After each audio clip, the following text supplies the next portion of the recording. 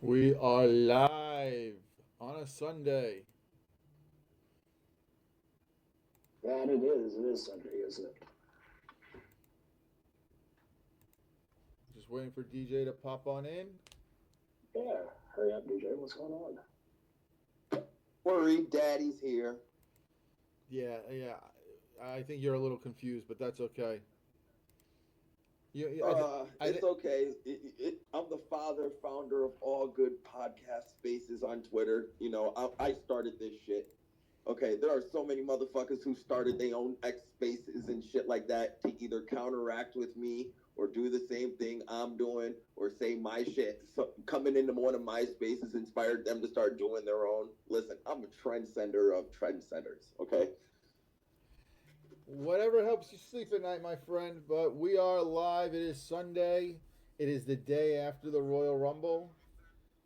But we're gonna get into the Rumble shortly. I want to wait for more people to come in before we start to review the Rumble. I do want. I think we're gonna start today talking about Tommaso Ciampa. Oh, you want to start on that shit? Okay, I'm gonna. good. Yeah, Because I yeah. actually saw the clips of the collision last night. Yeah, I want to start with Champa only because I want more people to join the space before we really get into the Royal Rumble, so we're not repeating ourselves. No, you're good. So, like, it's kind of refreshing. Here's my initial thoughts on it. It's kind of refreshing for them not to beat the first, bring someone in and not immediately beat them, give them a somewhat decent push. I'm just mad it wasn't like for a Megan Bain or, a Kevin Knight or a Bobby Lashley.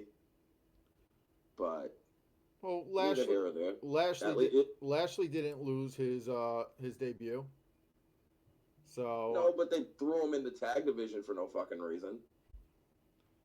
yeah. I mean, what else? Honestly, what else were you gonna do when you're trying to build the whole Hurt Syndicate? You're gonna have to throw them all in as a group.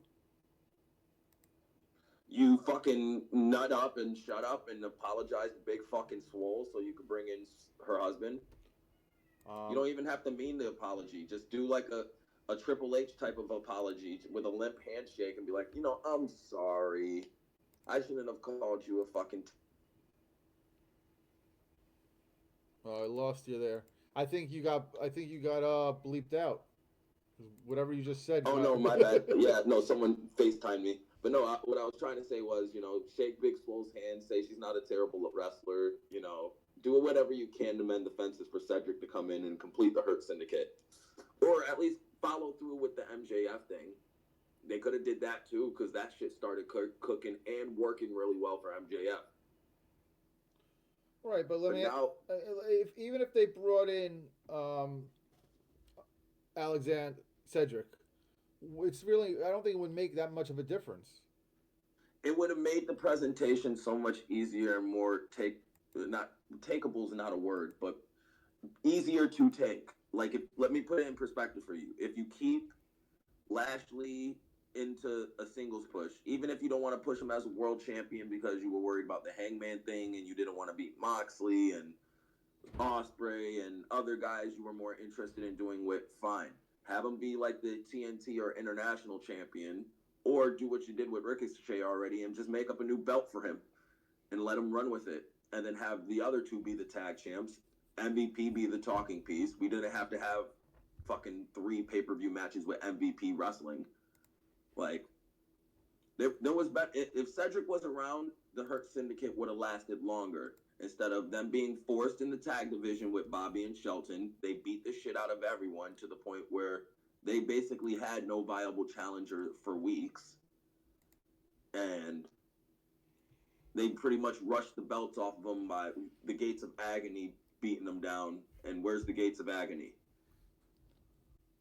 or the They're Demand or whatever the fuck they are? Where have they been? they're heavies for Ricochet. No, but I'm saying as tag team. When is the last time you seen them wrestle a tag team match? Not on Collision. I don't know. I don't even except for yesterday. I don't even watch Collision. Exactly. I was just about to admit the same thing, except for yesterday. Just because I never have the time, I actually went out my way to watch some Collision. I'm gonna. Kind of understand. I only watch Well, I didn't Collision get for into it. Champa. I'm gonna be honest with you. I only watch Collision for Champa because I was interested to see how they were gonna present Champa right away. Because despite what people want to say, Tony has had a history of making guys lose their opening matches when they debut with the company. Josh Alexander, Ace Austin. I mean, it goes on and on. I mean, granted, he had the Rascals win last night too. So, but I like the presentation with Ciampa. I do think that Triple H and Vince before him completely botched and fumbled, to use the IWC's favorite word, when it comes to Ciampa on the main roster. So I'm glad for Ciampa. I felt that TNA would have been a better fit for him because I feel like you're still only at a certain level that you're going to get Ciampa at, which is where he is, the TNT title.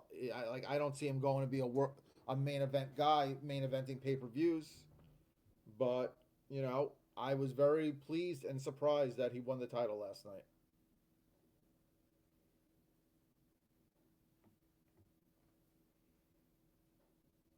You did? Oh shit, I was muted. I wouldn't say I was surprised. I mean, Mark Briscoe being TNT champion was long, past its course. There's really nothing to do with the TNT title in that division except use it as a prop to try to get someone over. So Ciampa winning it is a good thing based on optics because it's not Tony bringing in a guy and immediately beating him. He's bringing in a guy and giving him a push and realizing Ciampa's not going to be more over than he is right now. So let's try to establish him in the AEW foothold and see what we can go with from here. Well, I was surprised in the fact because it was getting to like the 20-minute time limit and it was like 3 minutes left.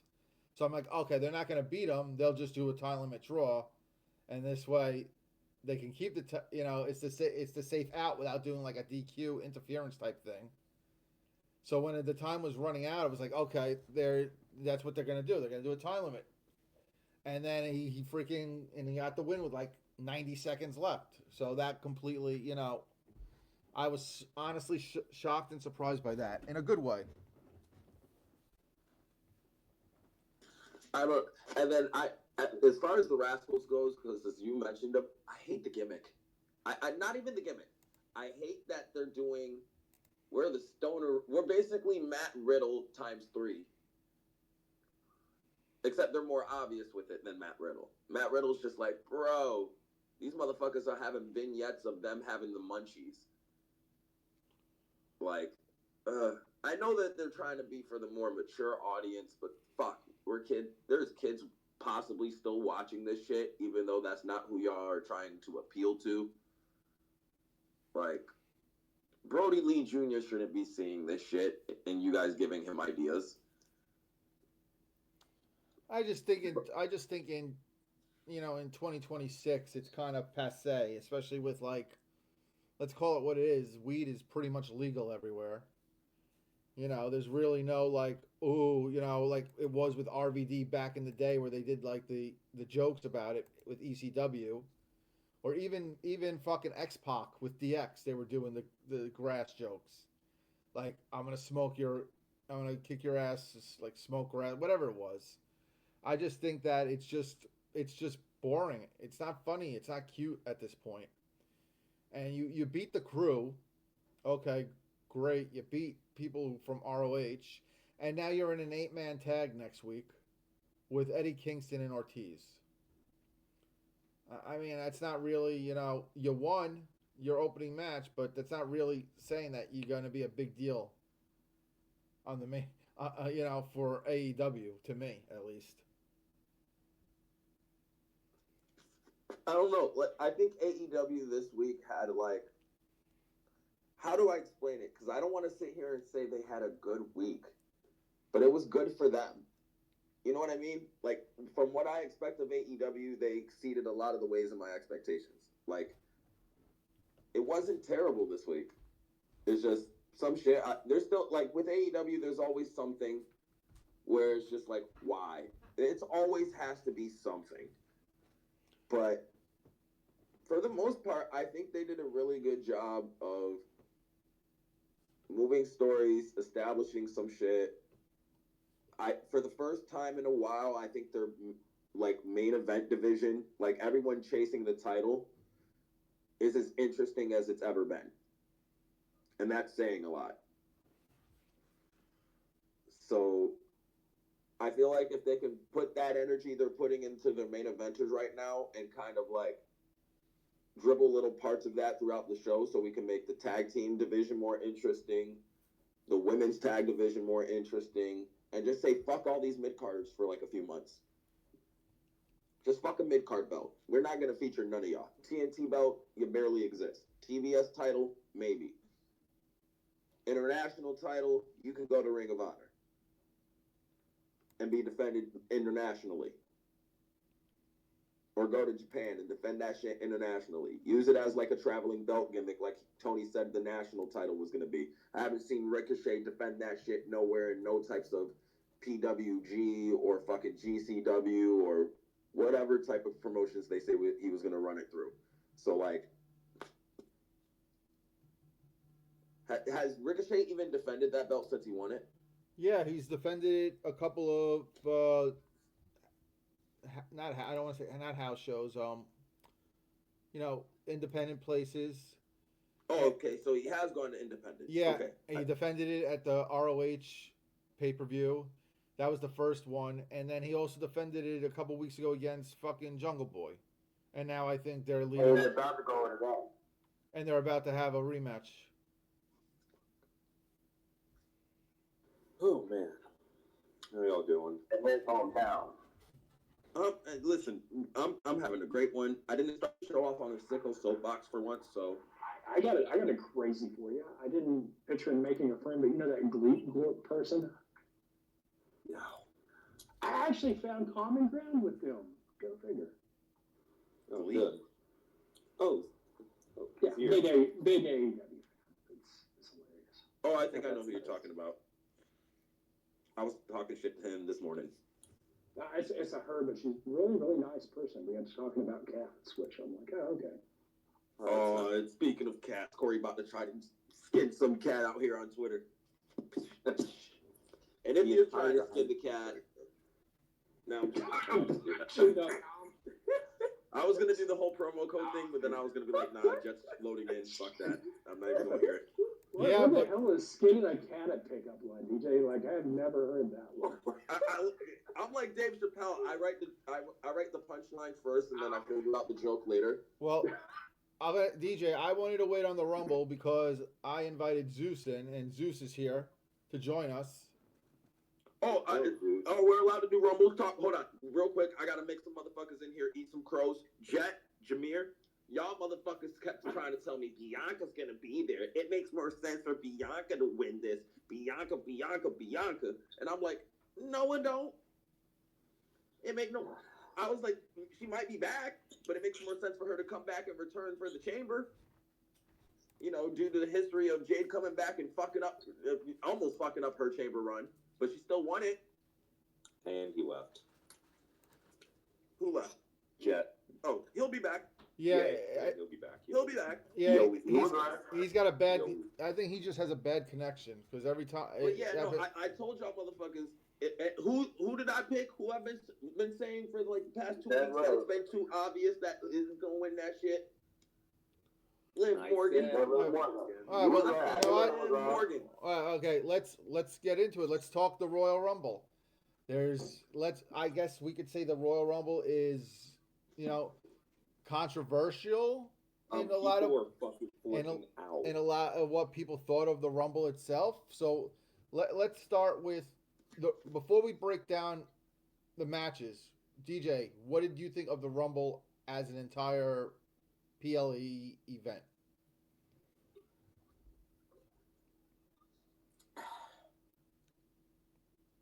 You there, DJ?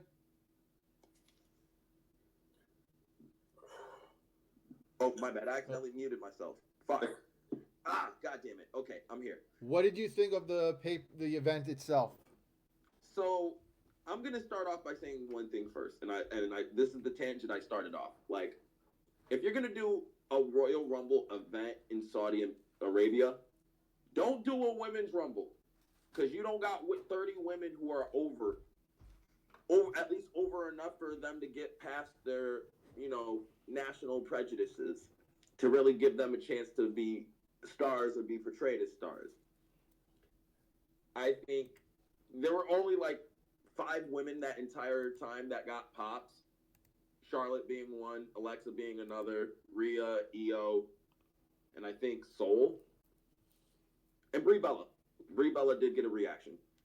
She got probably the biggest pop of all the under Rhea. No, Liv got a decent pop too, but I literally predicted Brie Bella at like right as the Rumble started. Like Trisha asked me, she's like, "Who do you think's gonna be the surprise for this one?" I'm like, I don't know why, but for some reason I feel like Brie Bella is gonna be the fucking big deal. And 29 fucking called it. It was perfect.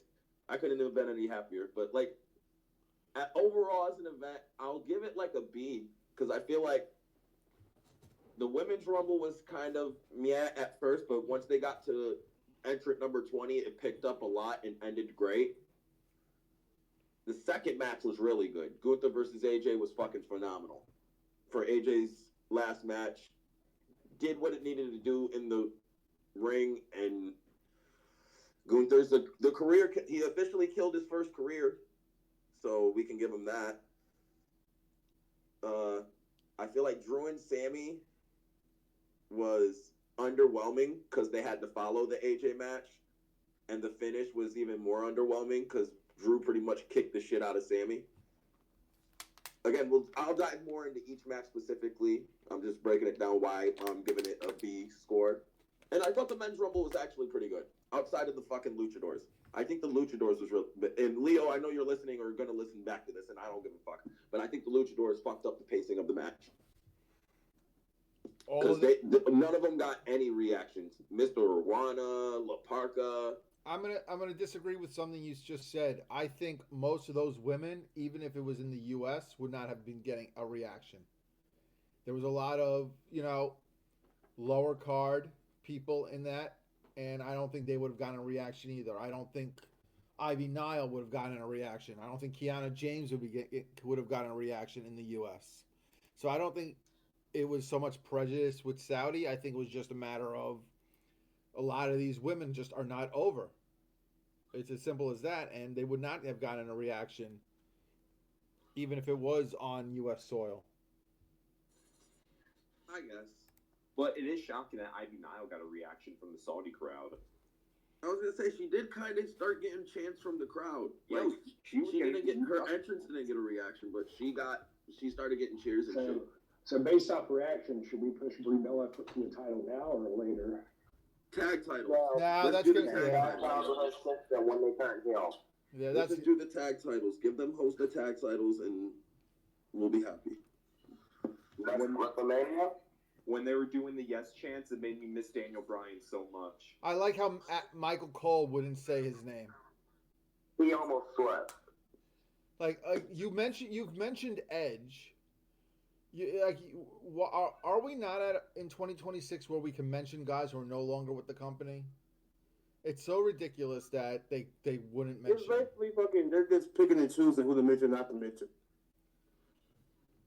Just made no sense. But let's get into it. Let's get into the Women's Royal Rumble. We start off with Charlotte Flair, Alexa Bliss, Kiana James, and then your favorite, DeeJay, Nia Jax,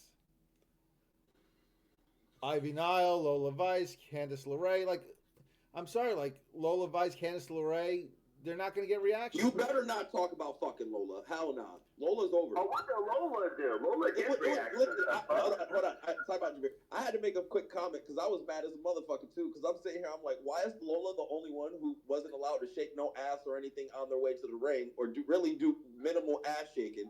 But yet all these white girls with no ass was doing all the ass shaking possible. Even the fridge got a little jiggle in there. Like, what the fuck? I was mad. As someone who goons for Lola Vice, I was sad she wasn't doing more of the hip shaking on her way to the ring. If Jay Uso is allowed to yeet for 2 fucking minutes, Listen, I feel like Lola Vice should be. Don't even get me started on that. We'll get let's not jump to Jay Uso yet. We'll get there. We're gonna get You're there. right. Okay, good. A lot on that. Listen, all I know is if it happened in California, Lola Vice would have been more over. That's all I'm gonna say, DJ. All right, but what's up, Zeus? I see your hands. What is up, my guy? What's up, guys? Thanks for having me. Anything. Yeah, we're talking about the Women's Rumble. First of all, I thought the Rumble, the event itself was fine. The Women's Rumble, I think the Women's Rumble has this like eternal problem where you've only ever got a handful of women who are over. So I think we said it the same last year, where the Women's Rumble was kind of, it sucked at the beginning and then it got into it towards the end because the women who actually matter are always the same women at the end.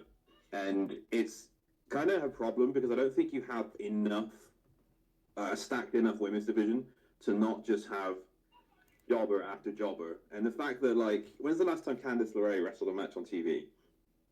And then she kind of pops up in the Rumble just to kind of fill some numbers. So I agree. I think the Women's Rumble kind of got better towards the end, but that seems to be a pattern with these Women's Royal Rumbles every year. So first off, Zeus, motherfucker, you need to add me because I hear the rivals in the background. So. Oh, no, that's me. That's not me. Someone's got to add me because I hear the rivals in the background. Oh, send me your username so we can play this game. I have it on in the background. You hear my TV. That's hilarious. But like, I agree. So like, can we also agree that it being in Saudi Arabia didn't do the women any favors? Not favors. It also Potentially, yeah, but I could say that about the whole show. No. it also limited to people that could just get pulled at the last second because there's because they are in Saudi. If the Rumble was in Tampa, or Texas or anywhere in the U.S., you could easily have flown someone in the day befefore. And I think that, Or even in the UK, if it was like in London or Berlin. so I mean, I think you're limited by the people that you had there already, which is part of the reason Candice, I think, had a spot because she happened to be there for SmackDown. But I think if it was like anywhere else, she would not even have been in the Royal Rumble at all because she hasn't had a match on TV in fucking months, like a long, long time. Yeah, it's been forever. And she's a good wrestler as well. No, so I thought the person who had the strongest showing in the show, but strongest showing in the Rumble match, I was really impressed by Jordynne Grace. I thought Jordynne Grace looked really good. I thought where she got eliminated, it was like, yeah. I like the new presentation for Natty. I just wish they did it like 3 years sooner. Yeah, I agree. Like, at this point, I don't give a shit about Natty. She's been around forever. We all know what she's about, and we all know she's never going to be the top girl on the roster. So, I don't see the point of this. All I know is that her new theme is a little bit of a low-key banger. No pun intended. It is. So, and another, my last thoughts of the Women's Rumble, Sol Ruka is definitely going to be a star. They gave her the Iron Woman. I think they gave her the Iron Woman this year. No, actually, Charlotte was the Iron Woman. Oh, Charlotte. Yeah. That's right. Yeah, she started at number one. But they gave her the best showing. She did the most shit. She was in the final three. Wasn't she? It wasn't Yes. her living. Yep. It was all three blondes. Iffy. Liz, Tiffany, and Soul. So like, and she was, again, she's not even officially the main roster. She's technically still an NXT person. So they gave her just as good, if not slightly better of a showing than Oba. So that should tell you a lot when she gets to the main roster and the type of push she's probably going to get. Lash was the one that they gave that Kane/Oba spot to in the women's. She had the most eliminations. She was given a lot of time, and she was focused. She was the focus on that match for a good portion. Let's let DeeJay be the oddball and say, I don't really see it in Lash. I think she's got I feel like she's got the size and the look, but when it comes like in the ring, it's just like nothing stands out. Oh no, I agree. I have never been a fan of Lash. I'm actually surprised she's on the main roster right now. But as far as I can understand. She looks like money. Like she looks like she should be something. It's just when you hear that ding ding ding and see her in the ring, there's nothing that impresses me. I will say maybe it's just In-ring means nothing in WWE, by the way. I hope y'all realize that. DeeJay, that's just Triple H being racist again. Oh my That's god, right. don't even get me started. I was just in a fucking space where they were all saying that WWE has a history with racism and that it's not a problem in AEW and TNA. Same here. Well, In the I space. don't Yeah, know Jameer, about you were there. today. You can say Yes, I don't want to go back to that again.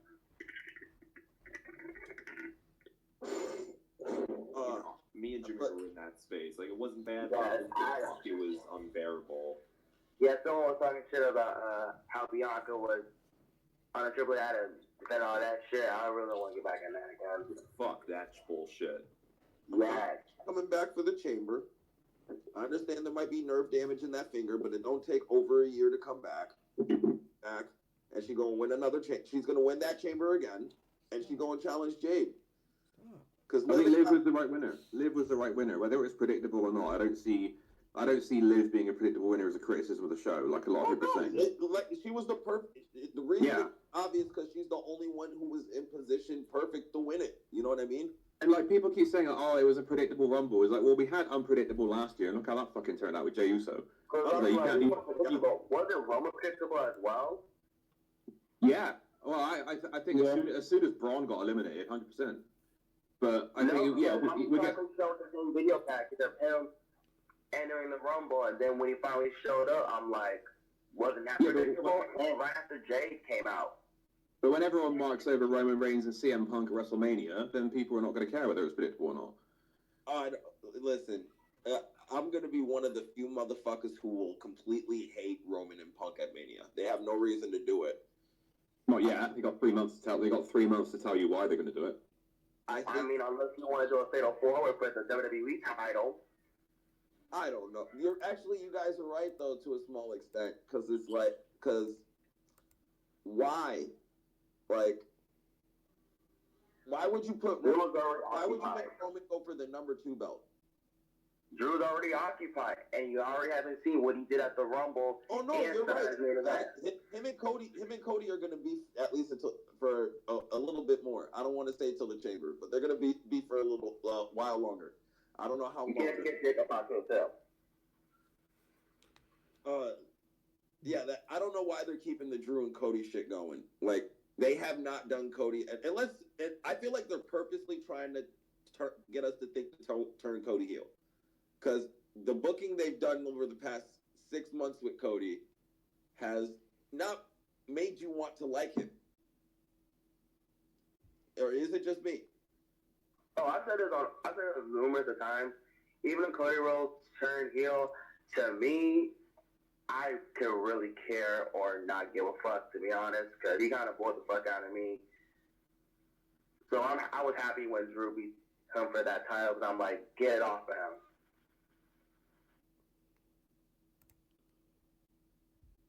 But before we jump, let's finish with the women before we get to the talking about the men's. I don't want to. Yeah, my bad. Yeah, I don't want to. I want to like have them in the 4 parts. I thought Natty, I like Natty's new presentation. Liv was the obvious choice, but at what point, since when don't we really have an obvious choice for the Rumble winners? I just feel like people are griping for the sake of griping at this point.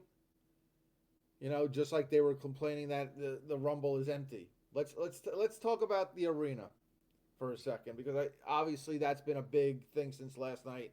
So many people say they're empty. Whoever decided this light thing above the seats needs to never be around again, because it was completely it made it look so much more empty than it actually was, and I think that killed a lot, and I think that put a lot of people down on the event.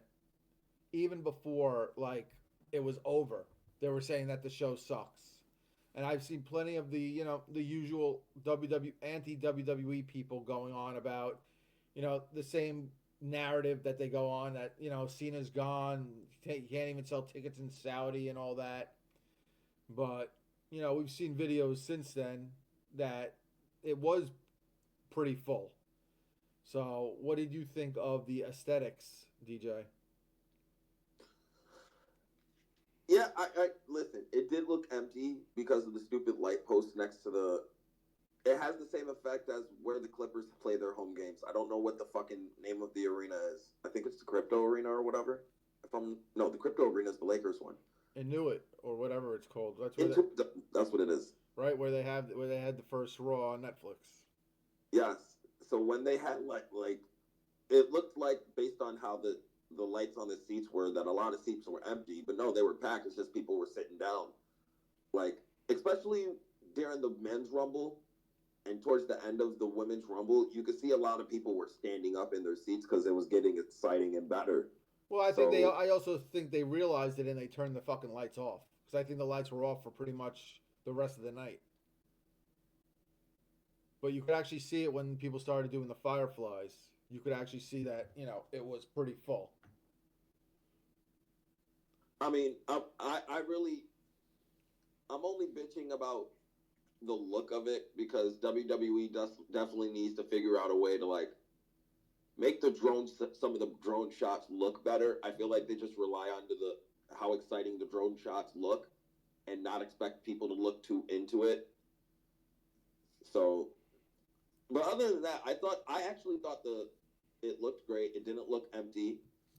They weren't trying to show. It's not like they weren't trying to show the arena. They definitely were. It's not like WWE and Saudi didn't try to make the show look big. They definitely did. I liked actually the backdrop of the city in some of the drone shots, like when people were coming out and stuff.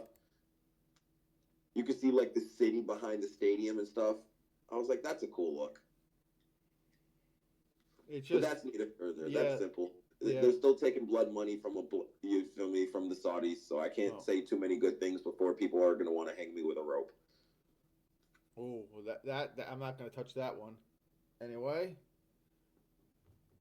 So, and then I guess, the two big returns was Brie Bella and Tiffany Stratton. I mean, again, there's only so much you could do being in Saudi.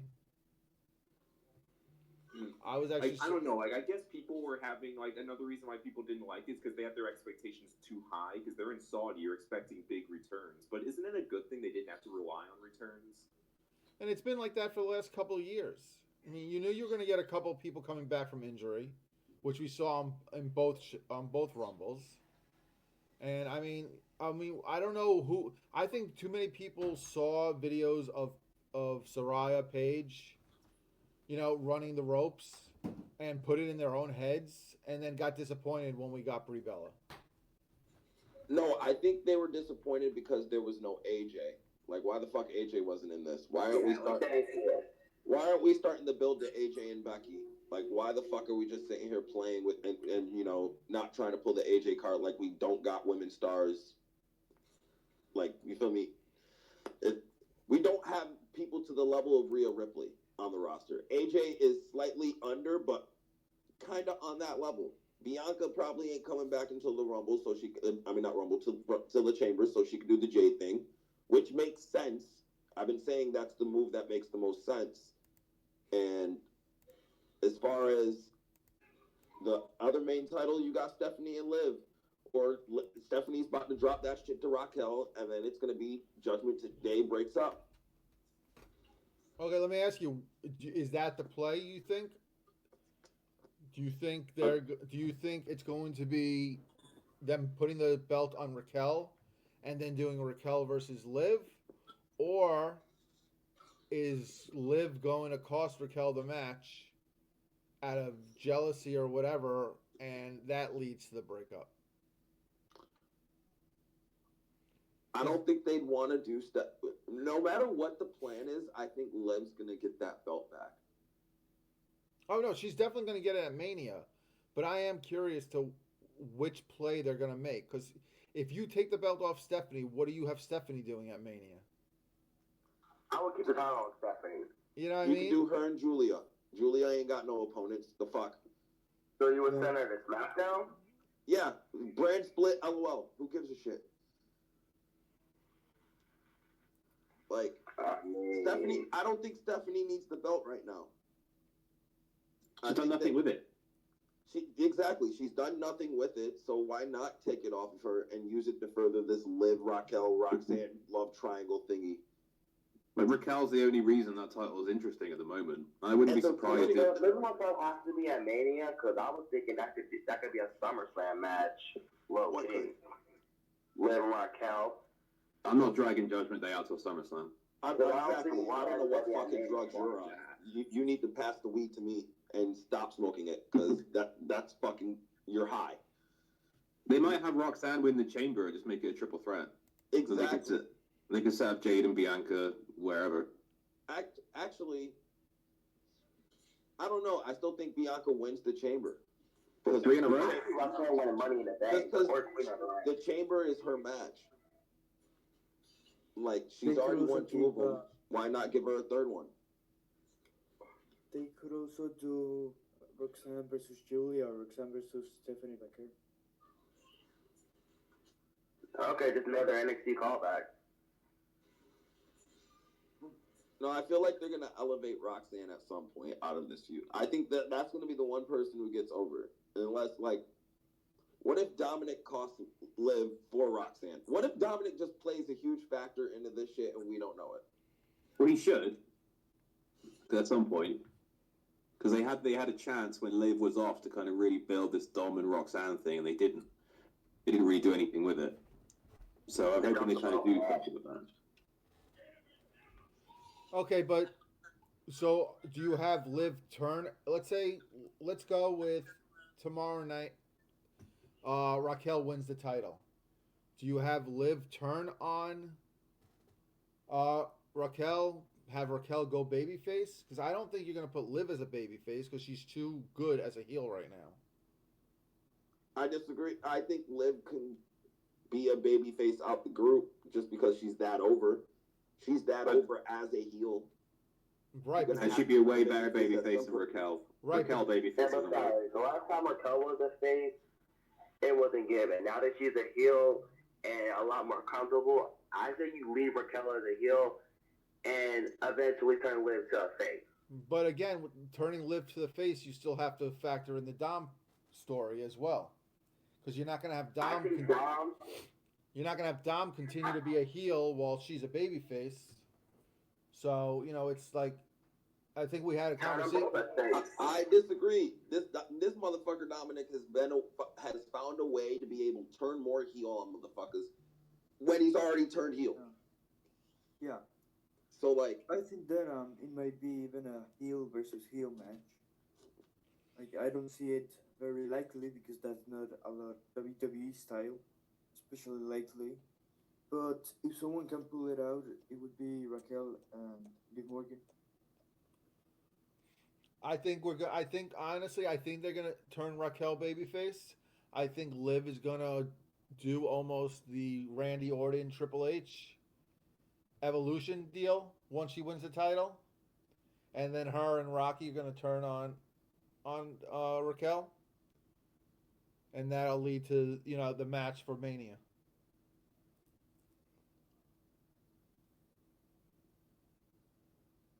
Anybody? no, that's pretty much what's gonna happen. Raquel will win the title. Liv turns on Raquel. Raquel becomes babyface again. Yeah, that's probably what's gonna happen. And I don't think we're gonna get the same, constantly smiling Raquel, because she's gotten so much better with her personality and working as that big girl style, that I think we'll get a proper babyface Raquel, and not that like The smiling bicep. that just the girl that just seemed pretty lost in her role.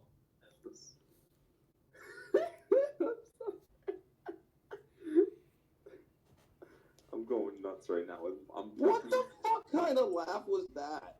I'm fucking freezing, and I'm in the minority on this Royal That was Rumble like right a now. Michael Jackson, Bill Cosby type of laugh. Like, Oh my god. That's crazy you can find that. what the fuck was that? I was not ready for that shit. That shit was sounded like you was about to roofie me and then tell me to play with your monkey. Or I'm not- or fuck have that. some- If it or was have the some Bull of chocolate- Arthur Bakir, maybe, but or not your ass. Or have some chocolate pudding. All right. So, any last thoughts from anyone about the Women's Royal Rumble before we move on to AJ and Gunther? No, that's it. The right winner won, and it was all good. I'm worried about Bianca. Gonna say one more thing, and I think that after the performance, I think that Soruk is gonna win the NXT Women's Championship from JCJ. I mean, Yeah. they gotta do something with Soul because she's ready to go up. So there's a lot of stories in NXT with Soul that we have to address and finish up so she can get to the main roster. But let's move on to AJ and Gunther. DeeJay, what did you think of the match, the results? What's next for AJ? Another topic that has been blowing up since last night. So last year he won Match of the Year by someone. I think it was like ESPN. Him and Cena won Match of the Year. I think he's already got a fucking candidate for this year. Because him and Gunther has been the best Gunther match I've seen in the past 6 to 8 months. I mean, Gunther doesn't really have bad matches, but he also doesn't have matches that stand out like that. But this one did. AJ gave it his all. He helped get this guy over. This is the first time since Gunther beating Cena, him actually, quote unquote, ending somebody's career means something because he actually ended his career. It wasn't that Gunther was wrestling AJ on his last match. AJ put his career on the line, which, again, builds to the career killer gimmick. Not him just beating Cena on his last night. Not him being Goldberg's last match in fucking Atlanta. Like, this was the most effective way to establish this quote-unquote career killer gimmick. And they had a really good, long, hellacious match. It wasn't like it was just one person's kind of match. You could tell they both had input into this match. In terms of in-ring work, this is the best you're going to see in WWE in terms of them just going out there and working. Like, this is the type of controlled chaos AEW should do in more of their matches. A Gunther AJ Styles type of match. So I really enjoyed this match. I thought this was a match of the year candidate, even though as a fan I hated the finish. I think we all seen it coming. That AJ's going bye-bye. Pete Rosenberg's trying to tell us that he's done. I still think he's gonna have a small run in TNA. But if this is really the end for AJ Styles, that was a hell of a fucking way to go out.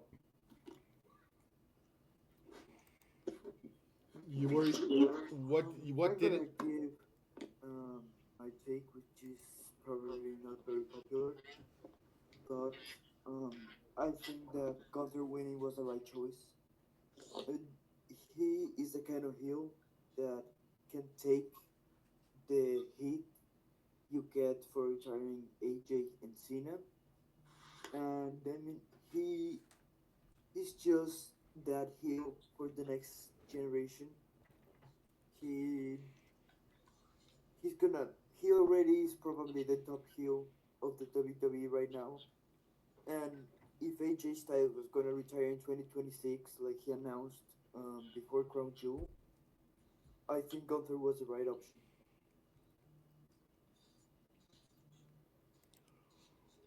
Do you think that this is the okay? Let's put it this way. Do you think AJ is going to go to AEW? No.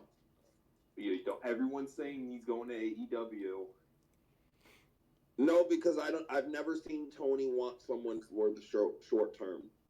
It's always I want you to wrestle all these kinds of matches. I could put you up against X, Y, and Z. I don't see AJ wanting kind of like Danielson. I think AJ's full-time wrestling is over. I think he wants to be a dad. I think he wants to take some time off the road, but I think he's still going to get that itch again and want to have a couple more matches. Like you know what I mean? Like I said, he knew his last match was a fucking banger because he was about to leave those gloves in the ring But then he's like, nah, I gotta keep them shits. I don't know if I can go away yet. He would have left his shit in the ring if he was ready to walk away. I don't think he is. I think he knows this is the way he has to end in WWE. But I think this way, him retiring this way works for the story for Gunther. It may be a sour, and it's kind of a fulfilling end for AJ Styles. His career ended where it started, at the Royal Rumble. It all came full circle in the end. So I can't hate this. Again, I thought it was the best match. It told a story. It helped actually get Gunther over more because it actually meant something. This is way better than Cena Gunther, 10 times better than Gunther Goldberg. Yeah, I agree. And I thought this was the best match, actual wrestling match on the card. Were you okay with AJ just passing out and not tapping out? Yes, I wish fucking John Cena did that. If Cena did it, it would have been way more effective.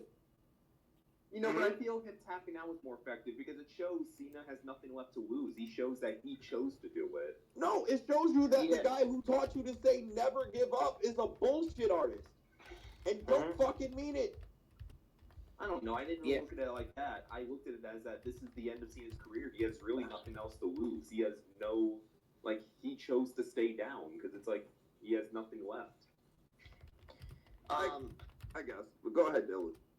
Yeah, man. So I just want to say, man, you know, it's crazy that we talked about retirements. We lost John Cena last month and AJ this month. But, man, you know, I thought it was a hell of a way for AJ to go out. I thought the match was fantastic.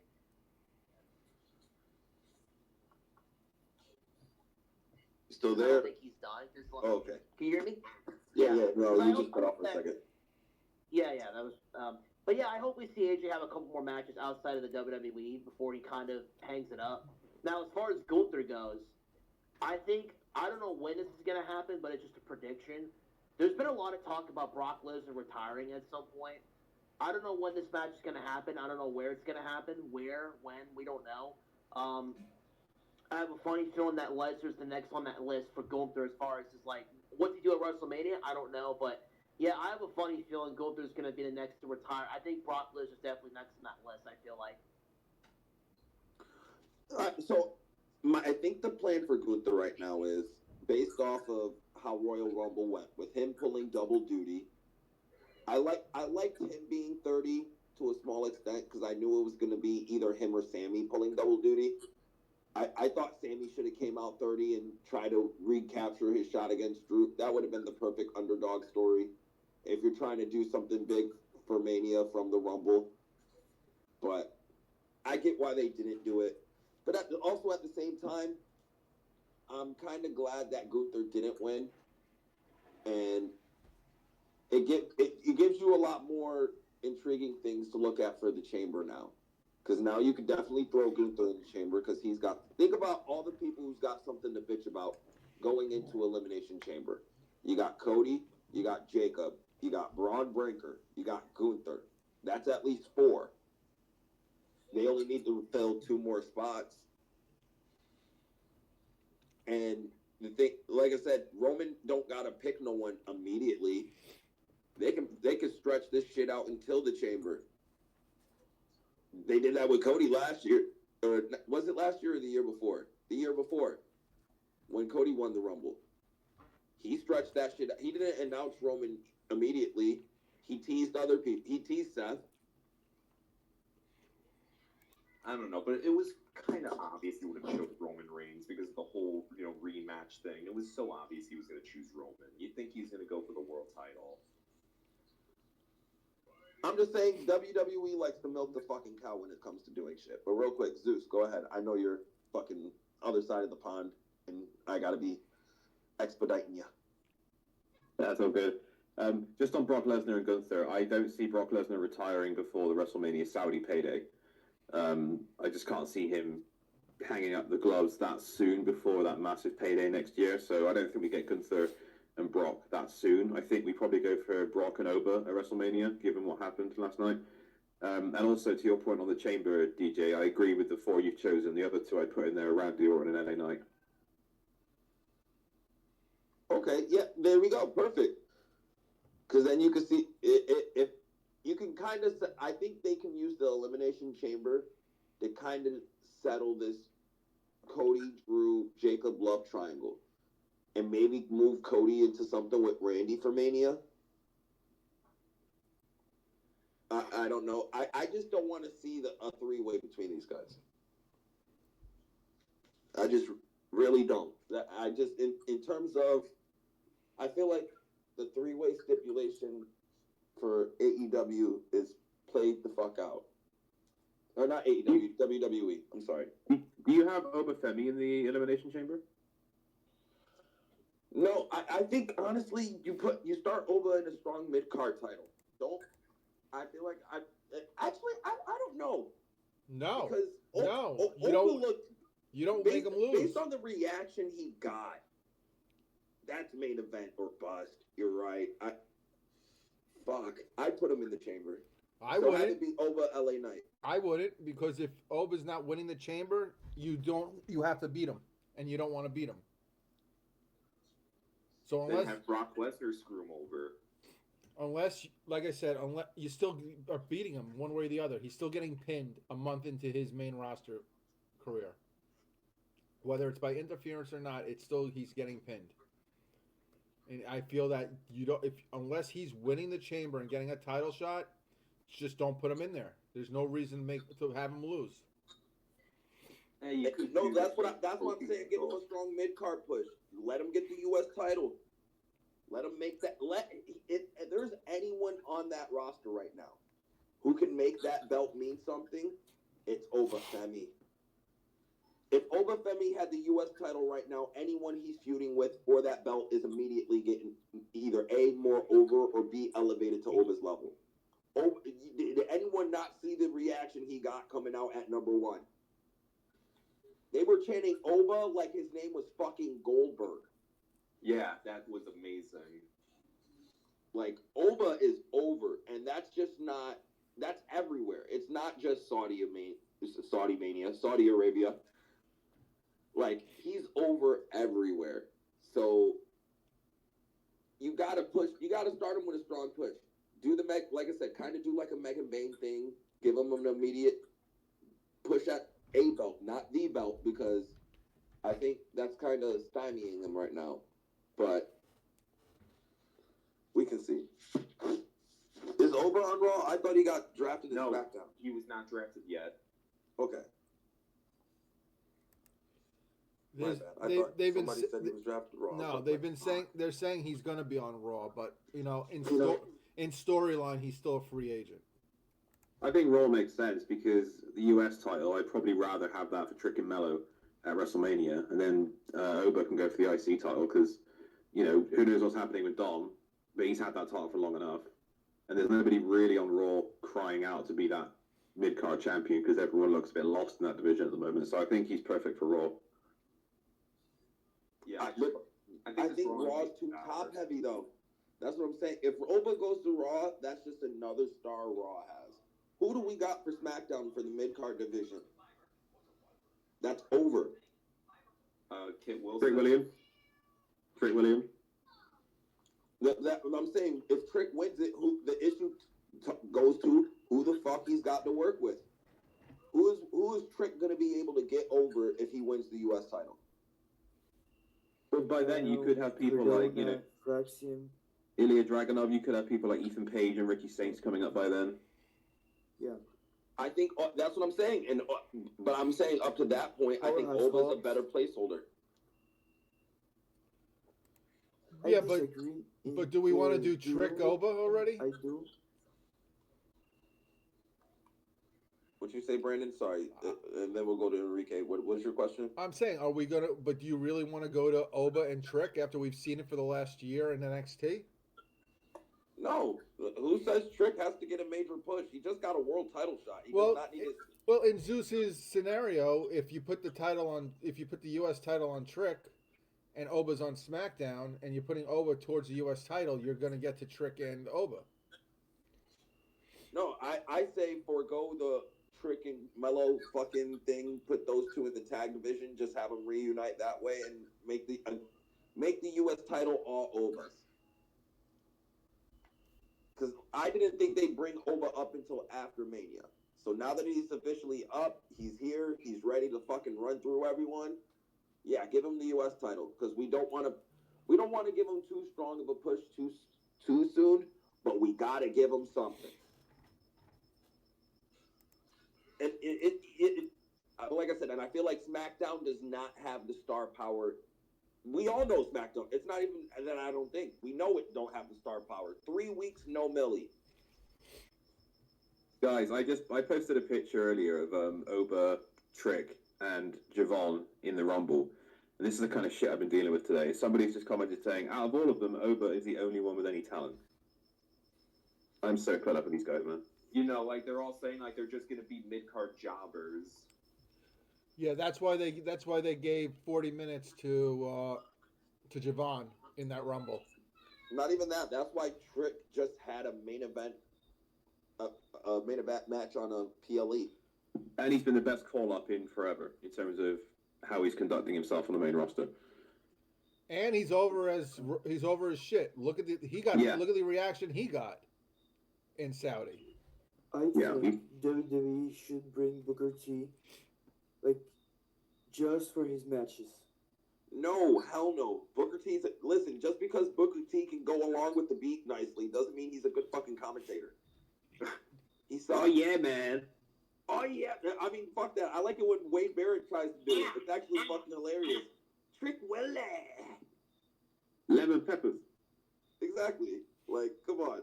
Even though I despise Wade Barrett as a person because he's soft as shit, but it's funny when he tries to, become a brother. I love Wade Barrett. I love Wade Barrett in the commentating. I think he's great. He's a good-ish commentator. I prefer Corey Graves, but that's just me. But anybody else want to go in on AJ Gunther before we go to the next match? No? All right. Next match was Drew and Sammy. Obviously the worst match on the show. Definitely the worst match on the show, but I think it was snake bit from the start. Because AJ and Gunther was really good, but the result did bum a lot of people out. And all they were going to do after is re-bum out the people and give them another bad finish. So, like, there was really no way. There was no way for this match to be really good. The match. I mean, it wasn't a bad match. There wasn't like botches and stuff. It's just no one was into this match. Sammy did give us a couple hope spots, but then towards the end, Drew just kicked the shit out of him. 1, 2, 3, beat him clean in the middle of the ring. It's not like Drew cheated to win. He just beat him flat. I thought the match was just bad, no matter what. I'm not even talking like the crowd reactions or anything. I just thought it was not a good match. Like it was a SmackDown main event match. It wasn't a pay-per-view match. I thought, listen, it did what they didn't do anything bad. It wasn't the most exciting match. It was just bleh. But I definitely agree that it was just bleh. But I don't think anything following AJ and Gunther, with how good it was, how much emotion was behind it, they were already going crazy with the near falls and everything. There was no fucking way they were topping that match. And then the Rumble was right after. They were snake bit. But if you swap the positions of the match, you still have the same match, and I think it's still just as bad in my opinion. I just think the match again. They were just snake bit from the beginning. There was no chance for this match to be good. But Drew's 12-0 against Sammy now as well. 12-0. Yeah, that's another thing. So like, now I'm just tired. I think they're killing their Sammy goodwill. But that's not going to stop Sammy from winning the belt next year at Saudi Mania. But I think they're killing a lot of goodwill for him in the States and to their main audience. Like, he shouldn't have gotten beaten flat Like, give him some out, give him some gripe, give us a chance to not just have to give up on him, but just to beat him flat in the middle of the ring, the fuck. I think it was good. For a good baby face, you need a good heel. I mean, heels need to be more credible. These days, heels just heels can't win clean, and I think that it was necessary, at least for the first defense of Drew McIntyre as a champion. He should have won clean. I don't. I like I, it. And I agree in the also, I really aspect like if the you're match. doing it Like, against like a jobber. You, you know what I mean? I wouldn't say Sammy's a jobber, or not like you feel me? He's not like a baby face you're just using to sacrifice motherfuckers. At least I don't think he should be. But maybe it's just me. I don't know. I don't like the fact that Sammy's just, well, a second class citizen. But go ahead, Enrique. I'm sorry. yeah, no problem. It's just that Drew is a WWE champion. I don't think that there is as much harm to his credibility as there would be if he wasn't the champion. I think that these days heels do need more clean wins. They do need to seem more credible and scarier. And let's be for real. If you see a man like Drew McIntyre, you wouldn't make fun of anybody if he loses to him.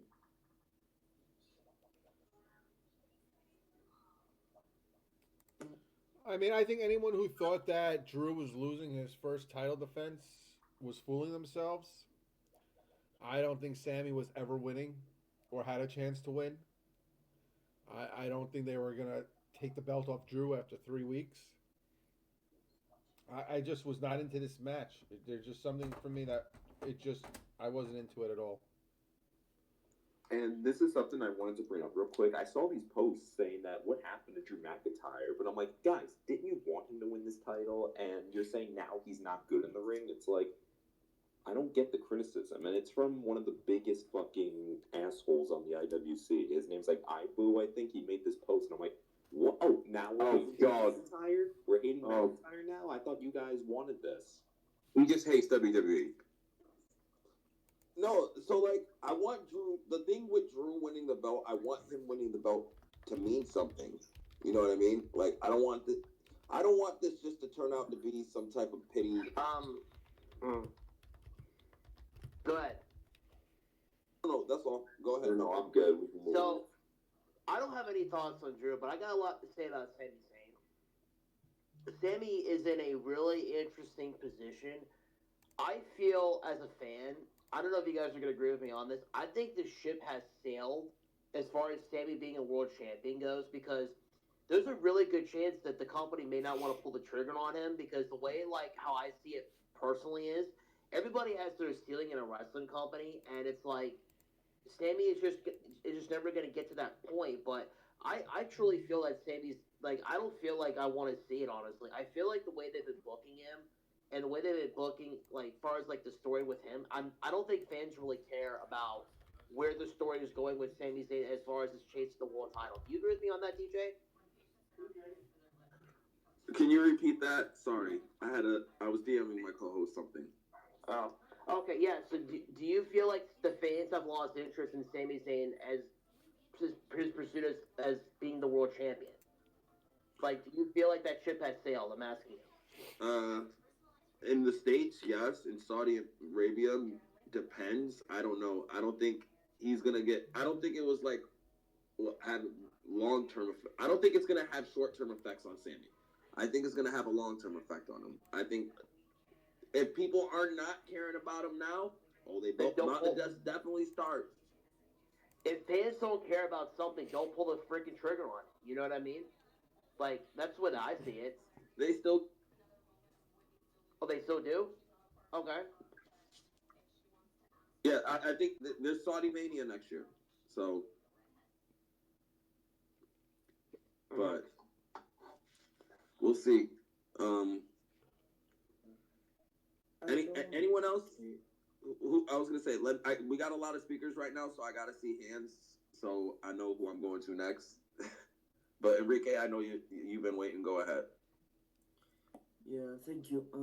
Because this comment is about Sami Zayn being champion, and I think that his issue about being a top star is not clearly not his in-ring ability because he's great in the ring, rather his gimmick. I think that the underdog gimmick is just used by so many, and then it's just an overused gimmick, and I just hate him when, like, of course not him but the gimmick, because I think that's just so dramatic and I cannot be behind that guy. I think that he can pull out a lot of better gimmicks, more creative and more credible than just the underdog. I think that if he becomes world champion, for him to become world champion, he needs to change his gimmick. Okay. Well, hold on. I gotta add something. My co-host from Rock and Ropes. He wrote 6 minutes ago. Sami Zayn is dog shit at this point. He has no interest, no appeal, and nobody actually cares about Sami to make him a compelling babyface. And then he also said, "Why do we consider Saudi money to be evil or corrupt? It's now a global company. They do business with China, who's one of the highest number of slaves currently in the history of the world." And then, yeah, so I don't know what John's about, but I just wanted his thoughts to be shared and known. Any other thoughts on this match, though, before we get to the Rumble?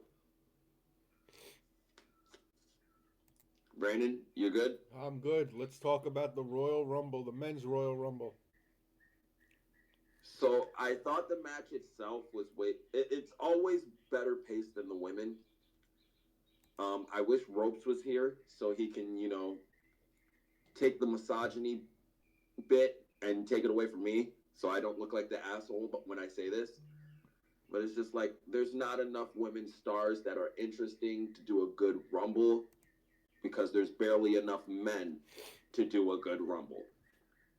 Now, I think both of them had pretty much the same pacing. The beginning, outside of Oba and Braun and that little bit in the beginning, everything after was kind of like, okay. Like, not too interesting, not completely terrible.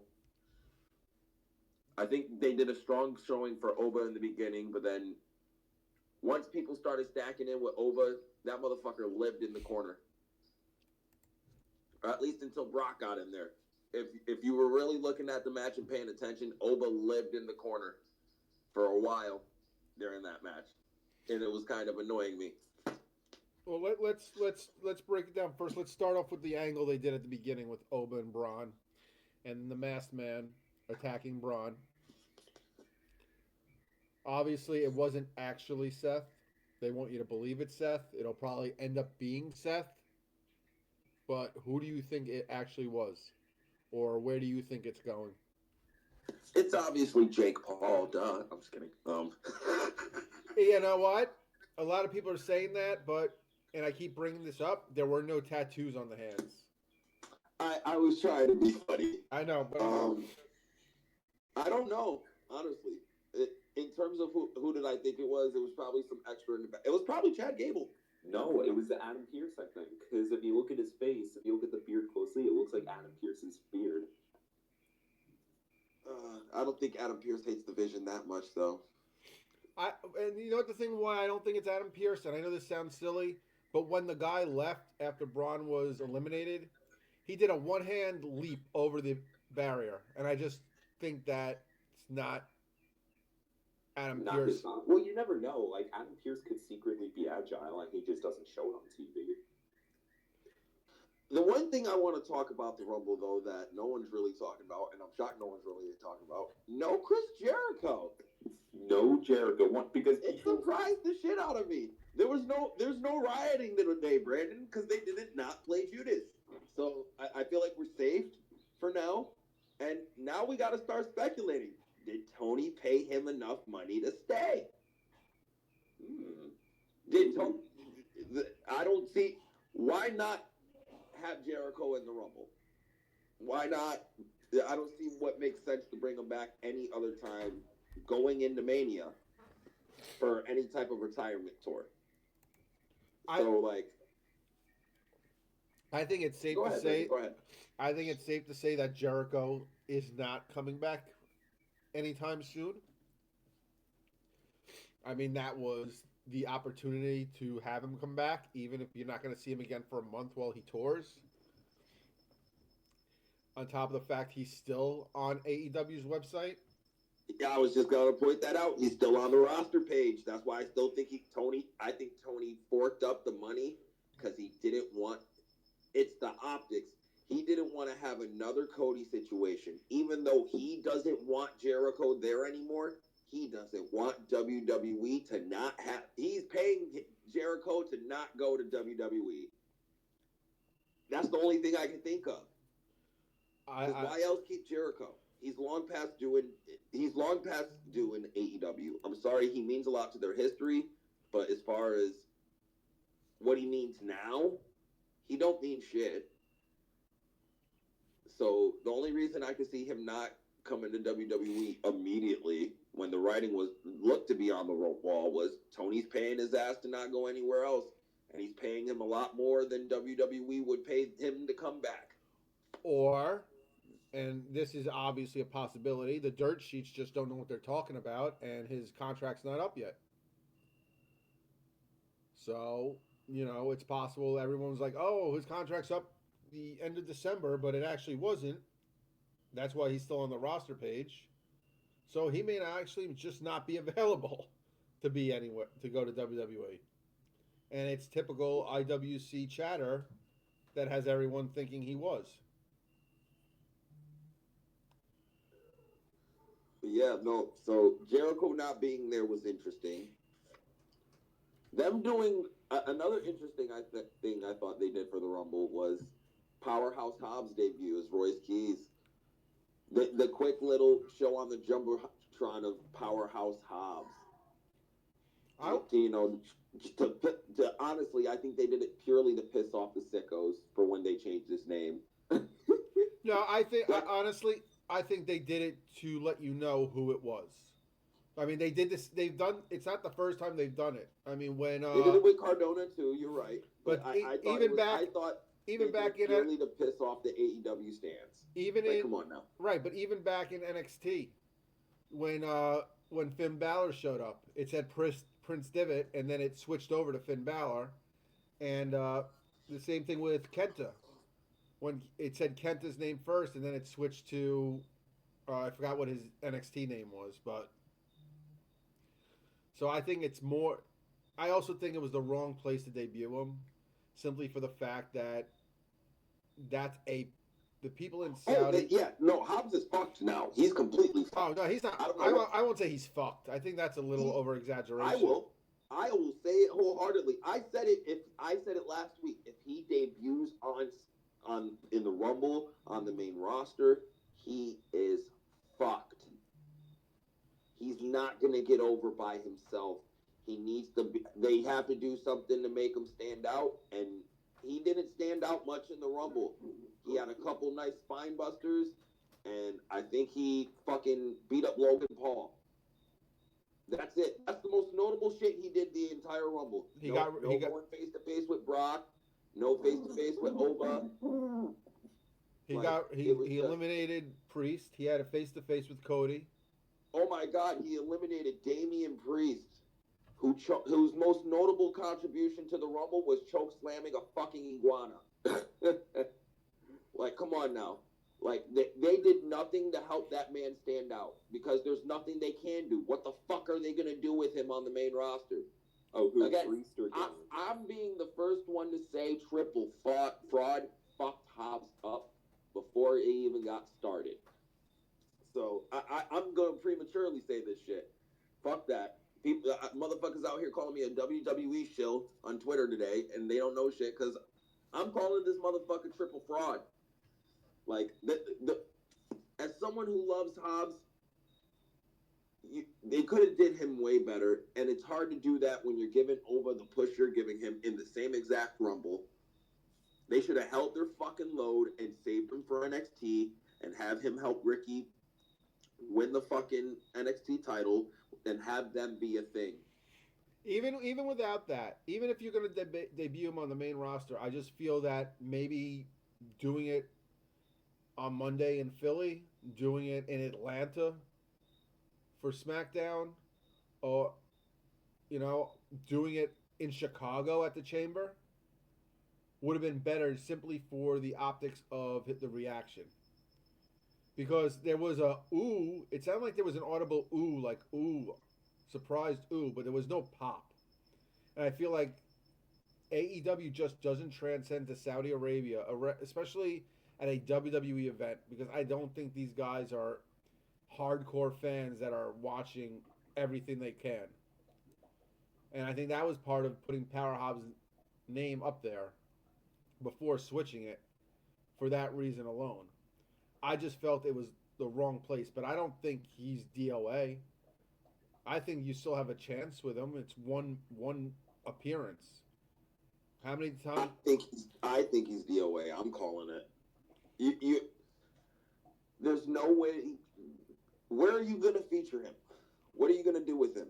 What, especially now that you're gonna have to use him going into Mania season now.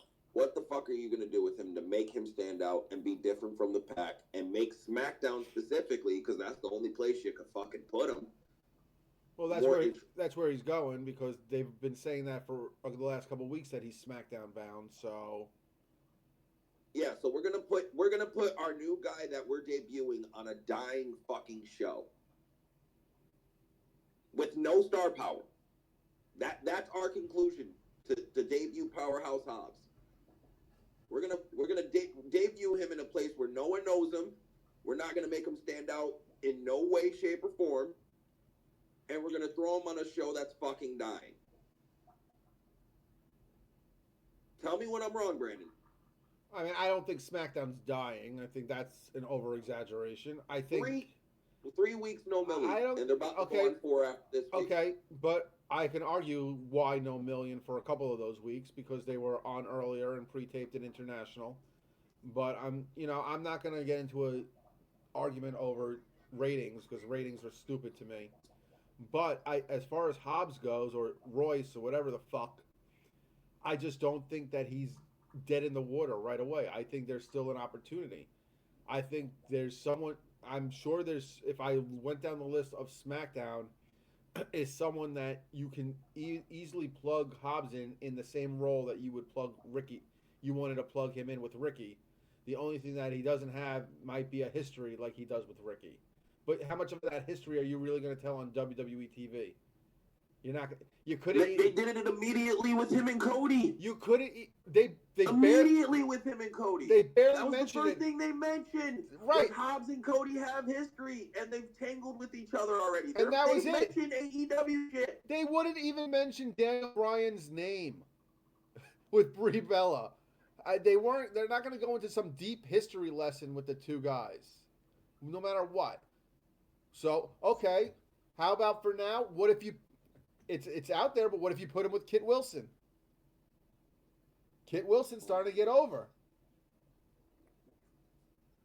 You know that could be a good program, but he's currently occupied with Zack Ryder at the moment. Not against him. Not against him as his bodyguard type role. No, Kit Wilson's not a good talker. But my point is, I'm just shooting someone who's starting to get a bit of a steam to get over. I'm just saying there's people you can put him over with. On top of the fact, maybe we don't know that Hobbs could be a good promo, because he was never really given a chance to be a good promo. No, he is a good promo. Listen, I'm not saying Hobbs isn't a good promo and he can't cut a promo for himself. I'm just saying he's not going to get over being by himself in WWE. Not specifically, not because there's plenty of guys who look like him.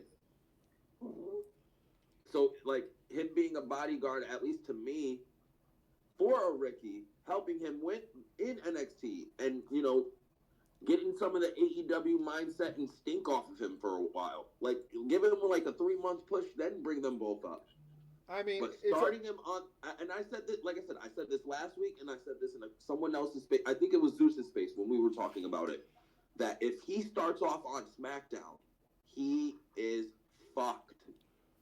But it's also there's no way around it. If he starts on the main roster, he's fucked. It's also possible that he ends up going to NXT though. I mean, granted, I understand he debuted on the main roster, but you know, we've seen like TNA people. Jordan Grace debuted on there, and then she started doing programs, even though she was in TNA, with NXT. So just because he debuted there doesn't necessarily mean he's not going to go to NXT. Zeus, you got your hand up for a while. What do you say? Thanks, guys. Sorry, I'm in and out. I don't know if you've talked about this yet, but the men's Rumble I thought was fine, but it had one of the worst segments I've ever seen in a Rumble. And for me, the second year in a row, Jey Uso was the worst thing about the Rumble. And I just cannot believe they did his fucking stupid entrance. And they had Brock Lesnar eliminated while half the crowd weren't even looking. Well, I just think it was the stupidest shit I've ever seen. We're gonna get there with that, but I want to know your thoughts about Hobbs or Royce. Yeah, Hobbs, I put him with Trick Williams, or I put him on Raw. But I agree with DeeJay. I don't think he's going to stand out on his own. But I think, like, you know, on the one hand, you say that SmackDown needs stars, but you're not going to put Hobbs there. So I would put Hobbs as Trick Williams' muscle, because Trick Williams is over already.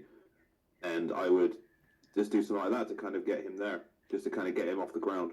Because I do think that for a guy like him, it's going to be difficult, because not many people know who he is, to kind of just start on his own. And he's a good wrestler, but you kind of need more than that. So I think putting him with Trick Williams is a good idea. Do you think he's... I'm telling you, he needs to be with someone or something to make him stand out. That's my only issue. Like, in WWE, him just showing up and having matches ain't gonna make him stand out. Look at Julia. That's pretty much all she's fucking done. And and it's funny how Io and Asuka got twice or three times the reaction Julia got. They didn't give a shit about Julia. Io and Asuka, you would have thought were over like God. You would have thought those were the top two women in all of WWE right now. Like, with the reactions they got, especially Io. So, like, I the only reason I'm thinking is DOA, because it's like, why bring him to the main roster when he's still I understand he's on a limited time base because of his age. He's 34, 35 years old. So, time ain't on his side. They got to start making him work quick. But I don't think this is a Jade Cargill type situation where we're just immediately trying to get money back on our investment. Nah, send him an NXT. Help him get Ricky over. Have those two be a package. Like, you could have did so much more with Ricky and Hobbs and their history and building them up, and then you could build them as a tag team eventually. Once Ricky, drops the NXT title and they move on to the main roster, they could be in the tag division. I don't know. Maybe it's just me, but I think it's DOA. But Nick Lombardi, how you doing? I see your hands up. You're patient. I got you. Thank you very much, sir, and hope everyone's doing well. Hope everyone had a good Royal Rumble Saturday and having a good post-Rumble Sunday. I think that I agree that he would be DOA on SmackDown. I think SmackDown is a vortex right now, and until they creatively get back on track, they've had a string of like 2-3 decent episodes, and prior to that has been dog shit. So I think that they might be on an uptick, but for right now, I think SmackDown's still a vortex. I think either you put him on Raw to be a Obafemi-like, because you're sending Obafemi to SmackDown. You've already made that clear. So I think you kind of have that type of character with him on Raw, or you have him go to NXT, where, as you've mentioned, he can work with Ricky. The two of them know each other very well, could bring up the best in each other. And you could do a lot with them. You could, make them allies at first, then you can make them enemies, whatever you want to do. You can have a little bit more flexibility there. Plus, they kind of, they like the idea of having a little bit more star power in NXT. So, especially because they're losing some folks. So, either one would be fine. Alba's actually going to Raw, according to reports. So. Oh, my bad. Then I thought that he was going to SmackDown. So maybe. No, Hobbs is supposed to. It was. They say it's going to SmackDown. So. Okay. SmackDown's tough, man. I mean, he would be fine, but like, you really got to be careful with him because I hear what you're saying, DeeJay, about pairing him up with someone and being like a muscle, but I don't want that to just like, because I just see the criticisms instantly of he comes over and now he's just a heavy again. Like all the criticisms he was getting in AEW is that he wasn't getting enough opportunities. And now it's going to be, now he's just a bodyguard again. I don't know. That's my only apprehension to that.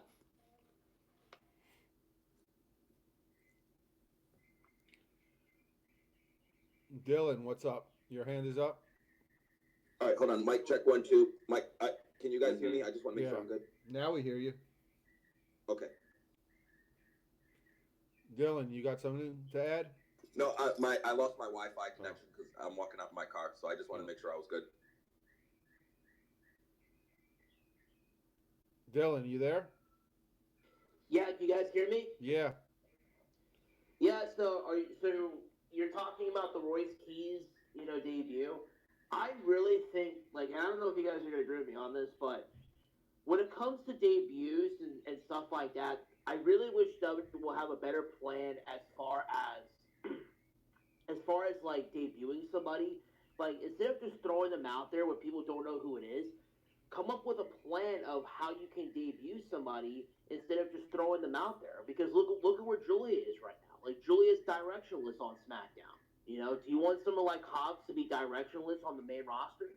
I don't think that's not what I want. I want him to have some kind of direction on the show. Like, there's so many ways they could have went about it, but I get why they did it. But I would have gone in a completely different direction with his debut. Well, Julia was a different story, though. Julia was in NXT for 6-9 months before she came up to the main roster.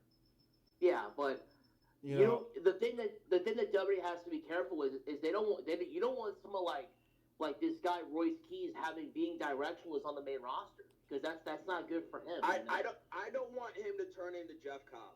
If that makes sense. that's what I'm worried about. Like Jeff Cobb debuted 6 months ago. Has done nothing of substance except has been a part of the group who won the tag titles. I don't even think he was the one who won the tag titles. Yeah, I just don't want him to turn into another Jeff Cobb. I mean, that's what I'm worried about, DeeJay. Like, what if they done that to him? That's terrible, don't you think? No, I think in terms of, like I said, with Hobbs, I didn't want him to get lost in the shuffle. In NXT, he stands out more. I don't want him to be a regular sized fish in a big pond. I want him to be that big fish in a small pond for a while. So when he comes up, he's more that's what I was thinking too. Like the crowd didn't know who he was.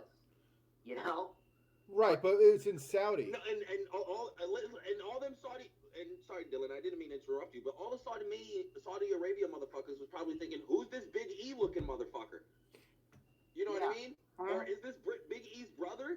Like, you know what I mean? Like, now we're pretty much giving this guy Big E potential, and I'm talking Big E Langston potential, not like, New Day Big E.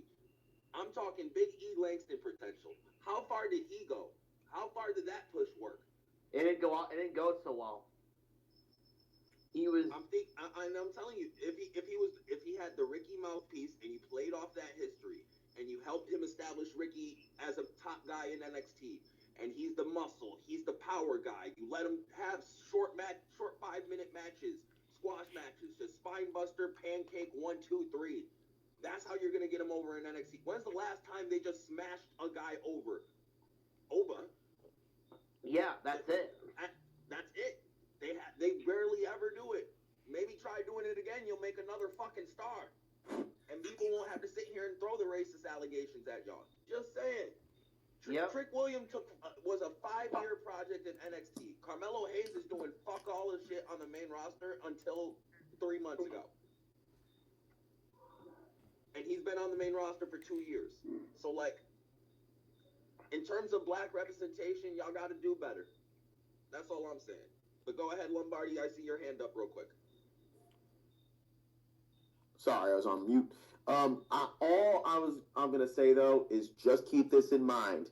A big advocate of Hobbs, Royce Keys. It's gonna be a little bit take a little bit of time for me to remember the new name. Is CM Punk. CM Punk, when they gave him the keys to Collision, and it was about splitting everything up and having some of people he wanted to highlight on AEW programming and stuff. Hobbs was one of the first names he brought up. He loves him. I'm not saying that really dictates anything, but if I don't think they look at Hobbs as this long-term project in NXT that they want to build up. I think they see him as a close, if not already ready-made guy for the main roster. Now, when it comes to where he goes, I agree. I don't want him just to go and meander and do nothing, but I think that because of just how unique of an athlete that he is, I don't think that's going to happen. Hot take, and this is incredibly hot take, and it's just my opinion. I was never a big fan of Jeff Cobb, and unfortunately, when you throw him in that group, he just doesn't physically stand out compared to the rest of them. He hasn't had a shot to show how much better he is than in the ring, but he doesn't look physically impressive. Hobbs is physically impressive just from jump when you're doing the eye test. So I think he's going to have an all right time. That's just my opinion. No, I'm not saying that they're not going to push him. I'm not saying that they're not going to try to make him succeed. But I think that they've already fucked it up before they even started. And you're going to sit here and try to tell me that you have faith in Triple H's booking? And goddamn it, TriStar, if you come in here and say Roy Welch, fucking Herb Abram, or anyone else pre-70s, I swear to God, I will come to Tennessee and kick you in the nuts. Then I will come up to upstate New York and kick you.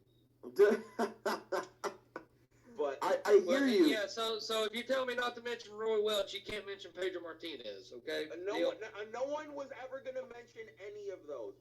Fuck, I was just about to mention Pedro Martinez, too. Fuck me. But go ahead, Nick. I'm sorry. No, you're fine. Or Johnny Powers, or Nick Fire. Bill Watts. You're going to make us lose viewers, motherfucker. I was just going to talk about the Royal Rumble. Good. I was just fucking with you with the Roy Welch thing, but I was like, God damn, we're not gonna start with this again, okay? We don't need to hear about Pat Patterson today. And Ray Stevens as tag team champions in San Francisco. But no, on a serious, back to Hobbs though. I'm gonna try to end this Hobbs shit. But again, the only reason I think he's dead on arrival just because I want this guy to stand out. He's been fucked with by Tony so much, and with Triple H's bad booking ideas and bad booking decisions, I have very little faith that he's going to do it right too. Am I wrong, Nick, for at least having that thought process? No, you're very valid. You have a very valid skepticism right now of Triple H's booking. I mean, fucking Roman Reigns went on Pat McAfee's show and said, "Yeah, we've stalled for the last two years." I mean, I think it's very apparent that people feel that way. Unreal, the show that they push and market, showed how fucking inept, and no disrespect to the guy. The guy's a legend in professional wrestling, has been more successful than I ever will be in my life. But fucking Road Dogg is out of ideas. He is simply out of ideas. He's simply out of ideas. Okay. Your job is to have ideas, and you say I have none. That's crazy. You ever heard of Burnout? What? Of course I've heard of Burnout before. I'm not saying that. So. But okay. Basically, Go ahead, TriStar. Go ahead. So with Triple H, I think the fact he has to book Raw and SmackDown, and he's been doing it for a while, he's probably a little worn out, a little burned out. That happens. No, right, but that's why you're supposed to have a good committee around you of people that help you. Hold on. I think he needs a booker for Raw, and I think he needs a booker for SmackDown. He does. Hold on, time out. But that's the thing. He does.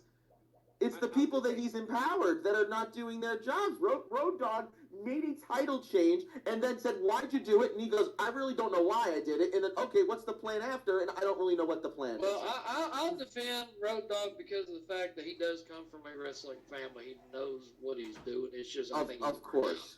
He has forgotten more than I ever will learn. I completely agree with you, TriStar. I'm just saying that was a very bad look. And I think you can agree with me on that. Yes, of course I can hear you, DJ. Yes, I'm Okay, sorry. I just want to make sure. I'm in the car right now, so I'm just making sure. But like, in terms of like the brain trust right now, here's the thing with Triple H. His first 2 years, his two hottest years, he was booking off of Vince's ideas. A lot of Vince's ideas. Yes, he was coming up with a few new things here and there, but he was piggybacking already what Vince had in place for him. Yeah, is that not a true statement to try to put out there, both Brandon and Nick? I want both of y'all to at least confirm this thought process that I'm having. I mean, I'll let Brandon go first. Yeah, Triple H was finishing stories that Vince had put into motion. Like the bloodline, like in terms, like the one credit we can give him was pivoting off of the Rock and Roman into Rock and Cody too. The way he did it. That's the one credit we He can stuck give the landing. Triple H. No question. He stuck the landing. No, absolutely no He stuck the question. landing on that one. But in Yes. terms of coming up with newer ideas and trying to push newer talent, he's had a very hard time in doing it. He's gotten it partially right with a guy like a Braun Breaker. He's done a great job with a Jacob Batu until now, because now that Jacob's intertwining himself with Cody, Cody's starting to have his own vortex again, where whatever he's doing isn't interesting, and it drags the interest level of who he's working with down to his level. I think a part of that is just that it's just so confusing of what exactly is Cody's focus. Is he more upset at Fatu? Why is Drew costing him winning the Rumble? I don't know. I think that's just like they just want to like have Cody be involved in a bunch of things, but at the same time not like be fully committal to what they want it to be the ending of. Like I don't know. Exactly. Yeah. Exactly. It just feels like everything is everywhere. So Triple H right now as a booker, he's not only. I wouldn't even say he's having fatigue or fucking writer's block, because he hasn't been writing his own shit for long. He's only been writing really his own shit, coming up with his own storylines and all that shit for a year. Yeah, I agree. And that year was all of 2025, and possibly one of the worst years in WWE history. Yeah, so absolutely. We have to think. You know what I mean? So this year is the year Triple H is really going to be judged and really based, on his success. I think this is the year he's in the hot seat. Really? And I think him going back to Roman was an unreliable. I don't think it was a bad choice. I don't think it was a bad idea, but it also comes off as, Roman has to come and save the day again. You're going back to relying on Vince's ideas to save you.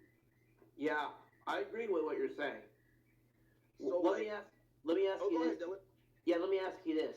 So I've been saying, and me and my dad have been talking, so I want to ask you this, because, I've been very vocal in spaces that I feel like it's time for Triple H to take a step back from that creative position and let, like, maybe a Heyman or, someone else that has knowledge in wrestling to kind of oversee the creative side of things, kind of like moving forward, because, I just feel like with him, it's just, I don't know what it is, because, like, I just feel like, things in the last year, like 2025 was one of the worst years. Why do you think DeeJay? Do you feel like he's in the hot seat this year? Like, why do you feel that way personally? Wait, I want to. Ali, you're making it like Triple H just came out of left field and got this position? Like he hasn't been in the business for over 30 years. I'm just saying, like, I think this year's a make or break for Triple H. Right, no, but you just said that let Heyman take over because. Yeah, I think they should. I just don't know what TKO wants. TKO's making money, so why would they remove Triple H from a position where he's doing what they need him to do, and that's bringing money? Let me answer for you real quick, Dylan, because I can answer this. So, like, yes, he's making them money to an extent.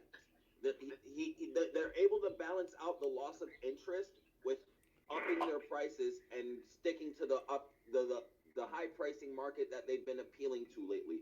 The stars, the lawyers, the businesses. You'll see a lot of. If you didn't know, there's a lot of people who's in the WWE circle who gets like emails for like company packages and stuff. Oh, really? I had no idea.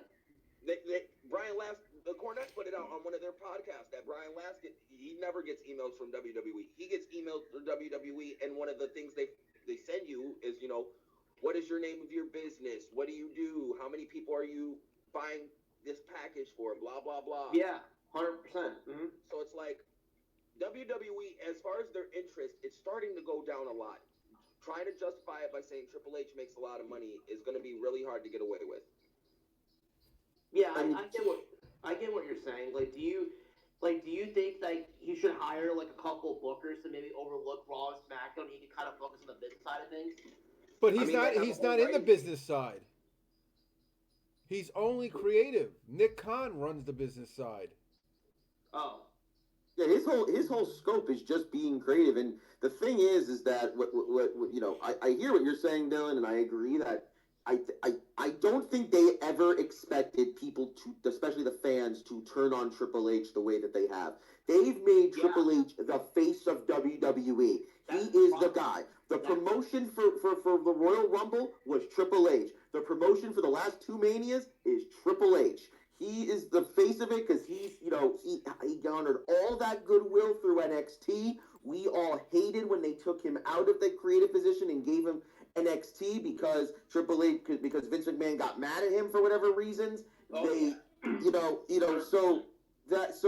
he kind of felt like he stepped in, he took over the reins. All the stuff with Vince obviously went to shit. He left in a very bad way, as we all know. We don't need to relitigate all of that right now. And I don't think they expected after 3 years, all of a sudden everyone's going to be looking like, okay, what next? And now we're all sitting here going, okay, what next? And they're like, I don't know. Let's do this. Let's try that. I'm not here to write off Triple H. I'm just saying I think there needs to be a little bit of a shakeup in their direction of how they're doing things creatively. Yes. But Just a little bit, and to lean on feeling, to lean on vibes of like, okay, if this person's like catching fire, let's lean into that. Triple H's whole thing of the slow burn has been a bit of a counter to him, I think, in his time on the main roster, just booking everything. But I don't want to. I'm sure you guys want to keep this to a Royal Rumble centric conversation, but whatever. But I want to just add one thing before we get back on track, Nick, is that they have in the new year pivoted to some new creative. They have Ryan Ward there, who's running Raw and SmackDown, who's taken taking it off of Road Dogg and stuff like that. But at the end of the day, it's still going to be Triple H who's making that final decision no matter what. 100%. And I think a lot of people have this idea that Triple H is in that Vince position in the fact that he's running everything. And let's be clear, he is not running the corporate side of WWE. That is Nick Khan. He is the president of the company. Triple H is not the president. Triple H answers to Nick. Nick answers to Mark Shapiro, answers to Ari Emanuel, and so on and so forth. So we can't say, oh, just let Triple H run the corporate, because first off, he's got. I think I would rather him more running creative than the corporate of WWE. He has no experience as being corporate. He has more experience as a creative head from being a wrestler than he does to run the company in a corporate stance. I also think that a lot of stuff that Triple H gets, a lot of heat he gets, is because he does put himself out there as the face of WWE. Yes. And I think if he wasn't so visually there as much, he may not get as much heat. I also don't think that WWE creatively is as bad as a lot of people say. And I think there's a lot of, again, I think it's more of going after Triple H himself than it's so much WWE creative. Mm-hmm. I mean, just look at the meltdowns they had last week over him being on the cover of a video game. Yeah, that's what I meant. Yep. Mm-hmm. But I completely agree with you on that, Brandon. So I think if Triple H got himself off TV, off these promotions, off the voiceovers, and wasn't as exposed as he is, I don't think he would have as much hate as he does, and he would not get all these bad, and he would not get all these. He just wouldn't get the heat he gets. My thing is, I think because I completely agree with you in that, and I think that he definitely puts himself out there to a point where he just nobody has any other means when they are critical but to criticize him. My thing is that a major selling point, I think, for when TKO became what it is that Triple H has his pulse on the fandom. That I am sure that was a selling point of it. This is not Vince McMahon in that it's my vision of what I think people will like or will come to like, or what I like, and that means that people will really like it. It is, I know these fans because I ran NXT and they loved me, and NXT was the best thing in pro wrestling for X number of years, and I know what the people want and could maximize that. And I think that there's a bit of a deviation. How much is it of what we're seeing is what we like versus what maybe we think he likes? And I just think that just needs to come into conversation a little bit. That's all I'm saying. I agree with you that I don't think it's all on him. I do think he gets a lot of unfair criticism just because people hate the Fed, quote unquote, and they want to, find something to criticize and bitch and moan about. I also think, and this kind of just ties back to the Rumble, a part of WWE's problem is they've set expectations so high for what surprises are or what shocking moments are in the last few years that now we expect the moon. Of course there has to be a major return at the end of a show. Why of course there has to be a major swerve at some point. That's just not how it always is going to be. Sometimes you're just going to get a straightforward story and people don't like that. And he's got to just stop with saying, he's got to remove the word era and epic from his vocabulary. Oh my God. He cannot say new. It's and the word new. Stop saying it's up, a new chapter, a new era, a new whatever. Stop. He literally, I think he literally said it on the post show yesterday, and it was not even like a major line to it. It was just simply, I think, just almost muscle memory. Because he was talking about all the guys coming up from NXT and all the NXT people being on the main roster and in the Royal Rumble. So he said that, we're on a new era because there's all the younger talent coming up. And of course, everyone ran with the fact that he said new era again. And I don't think he was saying it in the usual sense of, we're moving from the Attitude Era to ruthless aggression. It's a new era. And I just think because I think he's using that term incorrectly to just say that we're moving on to the next chapter of what's going on in WWE. Because when he said that when Cena retired, he said they're moving on to a new era. And the new era he meant was the era without Cena in it. Not that it was a whole shift in the company philosophy to be a new era. So I just think he's using that term way too much, and that's part of a lot of the shit he gets.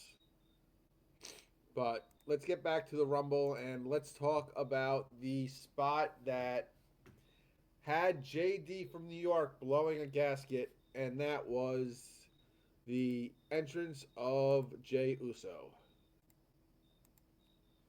DeeJay, you still with us?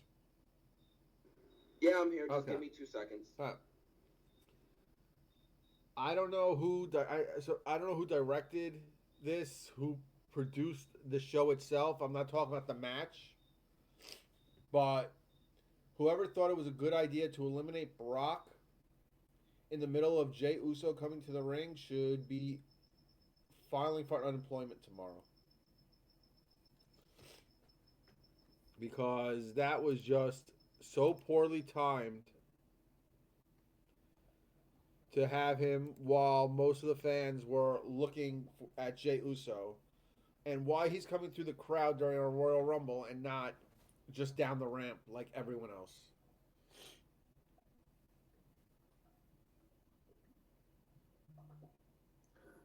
I mean, I don't want to just jump in here because I know I spoke a lot before, but completely agree. That was my biggest blemish of the whole night was Brock. That moment makes you then question, what the fuck was the point of Brock?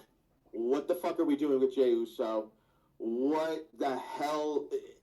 All of it was so bad. And then Roman pretending to want to run it back with Jey, then slapping Jey. Then 2 seconds later, him and Jey working together. Logic makes nothing. But that's typical in a Royal Rumble. So I won't even say that's like, something, because we've seen plenty of times that people will fight each other and then work together. So I wouldn't say that's necessarily even like, you know a thing. But it just like, obviously Brock wasn't going to win it, and he wasn't coming in for a long time. I mean, he does 5 minutes normal, so I just felt that it was a big elimination that just got glossed over because we have to have the entire arena yeeting for 10 minutes. And it almost was the same thing with Becky.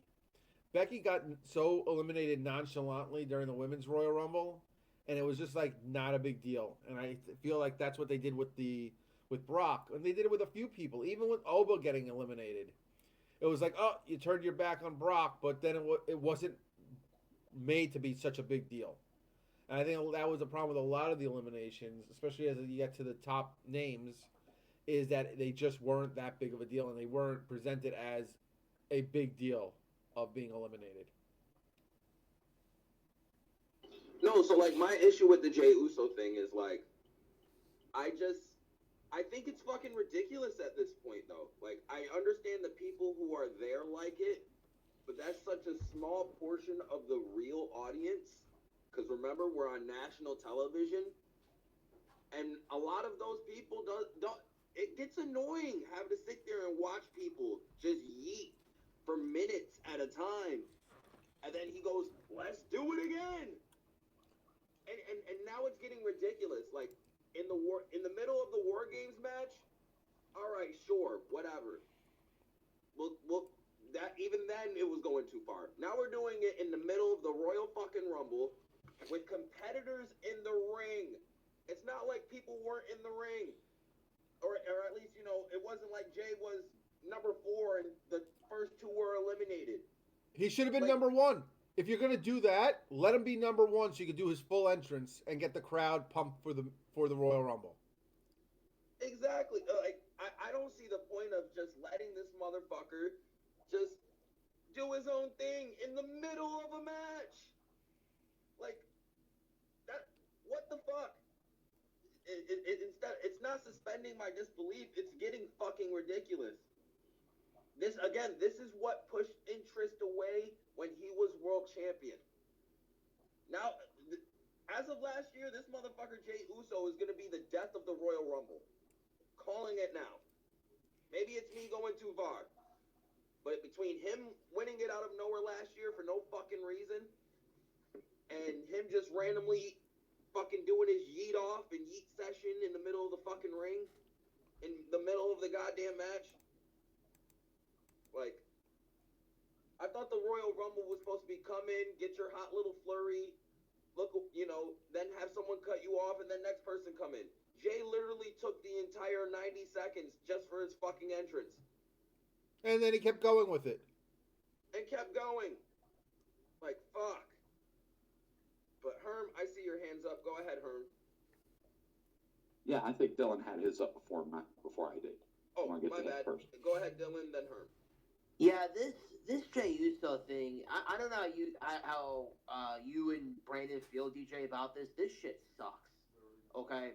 It's gotten to a point where the Z thing is too much, and I don't know why we're doing it. It's like, I get people, wrestling shows, you want to have fun, but this is just way over the top, and it's too much to a point where fans they're shitting on Jey Uso now, and again, I don't understand what we're doing with this Yeet thing with Jey Uso. I mean, it's going nowhere. The guy needs to be in a tag team with his brother. That's it. Again, I'm over this Yee thing. It's like that spot in that Rumble with the Yee thing. It's so freaking terrible. It's not even funny. Like whoever produced that spot should have been, like, I don't know, fired or something. Like, come on, man. We gotta this Jey Uso Yee thing. I think it's just too much. It's too overexposed, and he doesn't have to be on television all the time. I just feel like it's just. I think people really just don't like the guy anymore. He's not really a good wrestler. And it's just the way that it is, and hopefully, but yeah, like I was saying, I feel like this Yee thing is it's just too much. Do you guys agree with me on that? Herm, what do you got? Well, we could spend all day analyzing Jey Uso. Let's just face it. As long as he's got the last name of Fatu or whatever the hell NYE, he's going to be there for a while. The thing I wanted to point out to you, the women that came up through NXT, they had a decent showing last night in the women's rumble, especially Sol Ruka. I'm thinking maybe all the women that were the NXT women, I'm pretty much thinking they're going to get called up pretty soon in the future, like this year. Well, Soul was definitely bookmarked at Cena's show, Yeah. and I'm actually surprised she's not up yet. But she definitely got impressed people, and I think she basically got the Roxanne spot from last year, where Roxanne went like an hour. I mean, Yeah. they let Soul go to be the last three, which is a big deal. So I definitely think the upside to her is there. I think honestly though, I don't think you're going to see her fully up until after Mania because I don't want it. I don't want her to be almost like Ray Phoenix last year. And I know it's a bad example of the way he's been booked, but you had him debut 2 weeks before Mania. I would rather keep Soul, let her finish her storylines in NXT. I mean, even you could even put the women's title on her for a short run, and then have her fully debut. The Raw or the SmackDown after Mania. I don't think we should try to squeeze her into Mania plans. No. I mean, none of those women right now need to be squeezed into Mania plans because you've got enough there. Except, but one thing I would say though, Brandon, is they do need to do something on SmackDown. Because I mean, so far you just got Jade Cargill, and then what? Well, I think Bianca will be back shortly, and that's the plan for Mania. And it looks like that they've been building since Jordan came up to do a Jordan Jade program. Now you got Tiffany's back from injury, so you got her there. You got you still got Charlotte, you still got Alexa. And I think that's where you should concentrate your women on because that's what's lacking. You got plenty of male talent on SmackDown. It's just your female talent. And I think that's hurting Jade's title run because there's really been no one to challenge her. Yeah. I mean, no one's asking, saying, shit, we're not going to get a Jade mission program. Damn it. So. Who said anything about wanting Mission or BFAB even? That's my whole point is because because they have like no women there on SmackDown. It's like that's what you're relying to. Her first program as world champion. Yeah, and I want to say one more thing, and then I'll go. The one that really impressed me last night, though, Kiana James. So we haven't seen a whole lot of her on television, but when she was in that Rumble, especially when she Samoa dropped Nia Jax, I was impressed. That woman's got some strength I didn't even know she had. Wait, did Kiana? That was Kiana James. That was the one who did the Samoan drop on Nia. Yeah, she was in there. Oh. That's what you just said. Oh, wow. He was talking about NXT. For some reason in my head, I had what's her face? Jordan Grace. Kalani Jordan. Yes, thank you. If Kalani Jordan would have done that, I would probably still be in the hospital. That's right. That's what because you were talking about the NXT women, and then you were talking about that, and that's why in my head I just heard Kiana. I heard Kalani Jordan in my head, so that's why I was like, no. So honestly, half of that match, like half of the Rumble, I was shocked Kiana stayed in as long as she did. Like they definitely were trying to give her a solid showing in there. She had more time in the Rumble than Julia. And that's fucking crazy to say. I think that Rumble showed how much Julia and Kiana James are completely underutilized, especially Kiana James. She has literally just been nothing but a valet. I think she's had a handful of... I think she's had maybe 1 or 2 singles matches, and otherwise she's had a handful of tag team matches.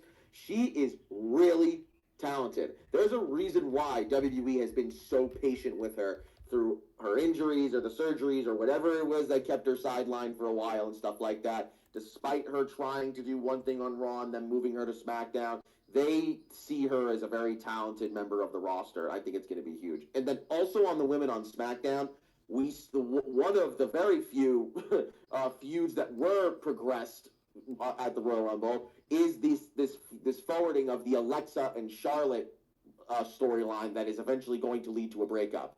That's going to open up a lot of possibilities in the main event scene for the women's division. Unfortunately, because they've created not because they've created the U.S. women's title, that's not the problem. The problem is that they've created like this weird dome over Chelsea Green, Julia, even Michin and Michin and They have a Bfab. mid-card. Like, They have a mid-card vortex. yeah, but it's like crazy. They have a mid-card vortex that no one can do anything. They can't get out of it at all. Chelsea Green is one of the most over people on SmackDown, and they've just deemed her, according to Michael P.S. Hayes himself, as she can never compete for a championship. She can never beat a Tiffany. She can never beat a Charlotte. She can never beat a Jade Cargill. Why? But you know, I want to say something. One sec, DeeJay. Give me one quick second. I agree with P.S. Hayes. And Chelsea agrees. God. Let me finish. Chelsea agrees. Chelsea sees herself as the Miz, a female Miz. So, no, I don't think it's beyond reason to say that, she's not going to be that main event WrestleMania. But that doesn't mean she's not going to be in a good spot on the roster. Not everyone. My guy you just said she's a female Miz. The Miz main evented WrestleMania and was why? world champion Yeah, 2 times. But the Miz. Come on, okay, man. yeah, okay. What was the first off? The second time he was literally a transition on his second run. They transitioned to get it off him to put it on Bobby Lashley. He's still a 2-time world champion. To sit here and say Chelsea's a female Miz, okay, that means we can give her at least one fucking push. Right, Like, but that does. especially But with to the say talent she has. right, but but to say that she's not going to be that Roman Reigns type on top of the mountain for 8 years straight person is not an insult to me. I don't think it's beyond reason for him to say that.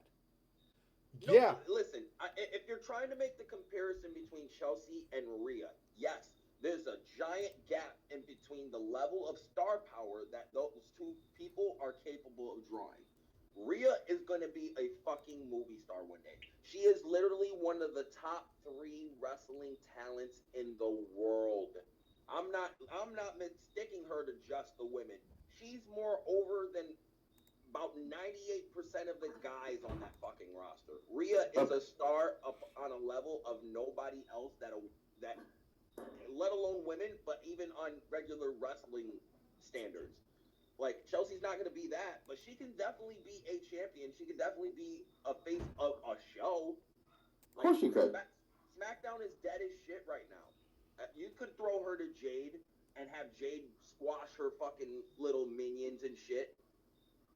We're not saying Chelsea has to be the top girl and be like Cody Rhodes or any of that, but to sit here and say we don't see her as a champion and we only see her as a female Miz, I feel like it's kind of disrespectful. No, again. How about the fact that Miz is a 2-time world champion, a 2-time Grand Slam champion, as a matter of fact?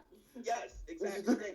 But he's not. But Miz was never going to be the face of the company. Chelsea's not going to be the face of the company. That's the point I'm saying that I think P.S. Hayes was not completely wrong on. Not saying that she's never going to be the women's world champion, but she's not going to be the face of the women's division beyond that short run with the title. That's all I'm saying. I'm not saying she needs to be a face, but she definitely should and needs to be a focal point. Like, she needs to be a cornerstone. For lack of a better term, she needs to be a pillar of that women's division. Like, I'm sorry, there's not many, if any, women right now on that roster who has a better overall package. It's kind of like the Ric Flair argument people will make on how Ric Flair's the GOAT. He wasn't the best in-ring wrestler. He wasn't the best promo. He didn't have the best physique. But Ric Flair, what made Ric Flair so great was he had the best package. He was able to put everything together the best way. And Chelsea Green has those same intangibles. Like, she can get other people over. She can get a belt over. She can get an issue over. So why not feature her better? Why not give her a world title feud with Jade just for the fuck of it? Why not Give her. Why not give her 3 months or 4 months where she's running around with the championship and she's trying to avoid people? Let her be the chicken shit heel that she is. Throw Ethan Page into this group or throw another person in this group for cannon fodder. Like, why not? What's the difference? You might sell some tickets. You might sell some merchandise. She has the ability to be a chicken shit heel. I agree with you, Brandon, in the sense of you're never going to say to yourself the two most important people in WWE are Chelsea Green and Roman Reigns. You're never going to say that. Maybe not in this iteration right now, no. But she could still be a really good main event character in that SmackDown Women's division. I'm sorry. I think he's totally wrong. Exactly. Thank you, Nick. No, that's what I'm saying. I feel like they're holding her back a lot because they see a ceiling for her that they see a ceiling for her that she obviously doesn't have. Like she definitely has way more potential than what they think she does. Sitting here and saying her only job is to get other people over. I disagree. Cause she's pretty much gotten that whole Secret Service thing over. The only thing she made Michin somewhat interesting for like 3 weeks. What the fuck has Michin ever done since she's come back as Michin? Like, I don't know. I think SmackDown definitely needs a rejuvenation in the women's division. So let's hope that these NXT call-ups all go to SmackDown. Because Raw Raw doesn't need shit. Raw has Liv, Rhea, Stephanie, Ivy Nile, Maxine Dupree. Like, they got some people who are over and that are interesting and that are draws. SmackDown ain't got and they even had Naomi before she got knocked up. I would honestly move the Bellas over there. There's no reason for Nikki. It's not a bad idea. Not a terrible idea. There's no reason. That tag division. There's no reason for Nikki to be on Raw. There's really no place for her. Brie is back. It's not a one-time thing. So move them. You could move them over to SmackDown. And let's not pretend, despite the hate that they get, that they don't attract people, especially outside eyes. The Bellas. Brie got the biggest pop. One of the biggest pops at the Rumble last night. So I completely agree with you. I'm just saying the Bellas transcend more than just wrestling. They are mainstream. No matter how you could hate on them all you want, you could talk about their wrestling skills, whatever. It doesn't change the fact that they transcend past just being pro wrestlers. Yeah, just ask Cooper DeJean. So, I'm just saying, and you want to try to get more eyes on SmackDown, move them over to SmackDown.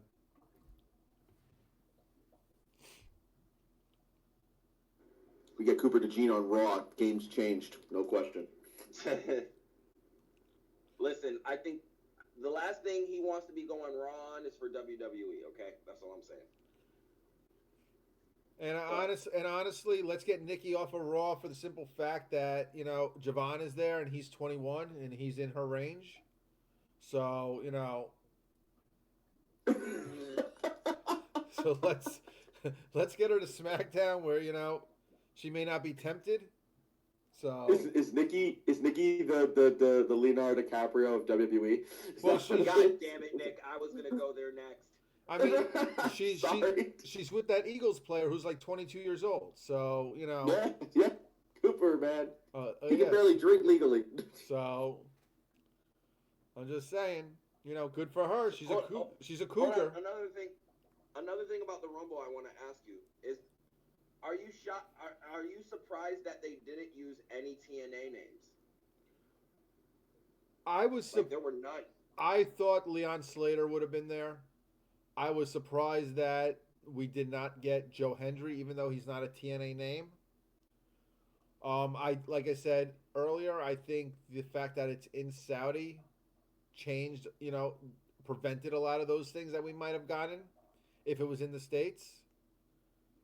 I think if it was in the States, we definitely would have had Santana in there. So, am I surprised? Yes. Am I surprised? No. It's kind of like in the middle. I'm really... I guess the biggest surprise was that they didn't have Leon Slater. Especially how much they featured him on, main roster TV. Yeah, like I think that the only reason I'm saying that is just because they featured. I don't see the point of them featuring the luchadors. Like I thought the luchadors were useless in this rumble. They completely got no pop. Especially Mr. Iguana. Mr. Iguana actually in the states is one of the more popular people. So I'm especially in shocked that he California. didn't get a Saudi pop. Especially in California. That's Yeah. the Saudi crowd was a little off. I mean, first of all, there was nobody there at first, and then like when everybody was there, like I don't know, like they popped for some things, but then there was other things they just like that I would have thought for sure they would have popped for, and they had no interest in it. And it's weird because they're usually a very hot crowd. Well, not for the women's events. For a lot of the women's matches they've had in Saudi, like I think the most interesting one I've seen them ever have was the 8 women tag match, and I think that was last year. I can't remember. I think it was Crown Jewel last year. They had that match. If I'm mistaken, I could be wrong. But the Saudi crowd really doesn't get into women's wrestling because religion and stuff. Reasons. Yeah, reasons we all know. So Yo, it's like the only women who got over were the like over the top stars like the Liv Morgans, the Rhea Ripleys, the Bellas because they're the Bellas. But no, you notice for a lot of those girls, even for the ones we would say wouldn't get much reaction in the states, got completely no reaction. Roxanne barely got a reaction, and Roxanne's one of the more over girls in the states or anywhere else. DeeJay, So- really quick off the topic, really for 3 seconds. I know you watched Collision last night, and you saw that Okada came out covering the belt. Yeah, Do you know why? no, I don't. Your buddy SRS just reported that his luggage that had the belt in it got lost, so that's why they had to cover a title. Oh God. So it's not like it's not a permanent thing that they're doing like the Moxley thing where he's hiding the belt. It was only because his luggage got misplaced. He Jerichoed himself. Yeah, well, it got misplaced. It wasn't stolen out of his car, so So he warlord himself. yeah, pretty much. But anyway, let's get back to the Rumble. I just wanted to throw that out since I just saw that. No, That's pretty like I funny. said, back to my overall grading of the Rumble. I thought it was a B. B minus. It wasn't the best Rumble ever. It had some definitely really solid moments. it though. definitely wasn't the worst. That a lot of people are saying it's the worst Rumble of all time. It's definitely not. That's just silly. That's silly to say It that. wasn't the worst because it had a lot of really good moments. AJ and Gunther as a match delivered. It did deflate the crowd and kill the following match. But the men's Rumble definitely, with the star power they had, picked it up outside of the Luchadors fucking it up. Women's Rumble, we just got to learn and realize maybe the women shouldn't have everything the men does. Maybe let's wait until we have about half of the women in the Rumble be actually over instead of we're just filling spots here. But other than that, I think it was just a solid event for WWE.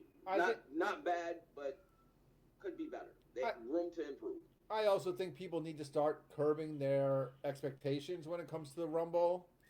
WWE's at a point that they don't need to rely on bringing back, the older names to fill spots for a pop.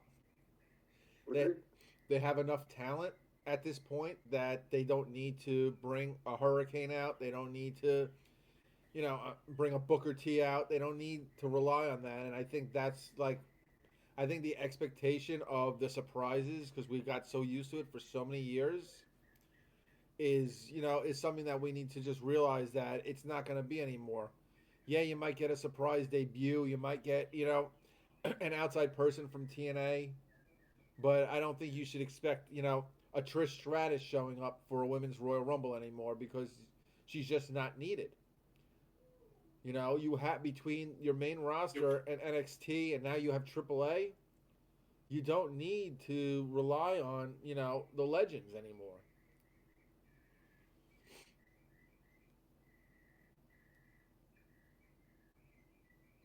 Nick, were you about to say something?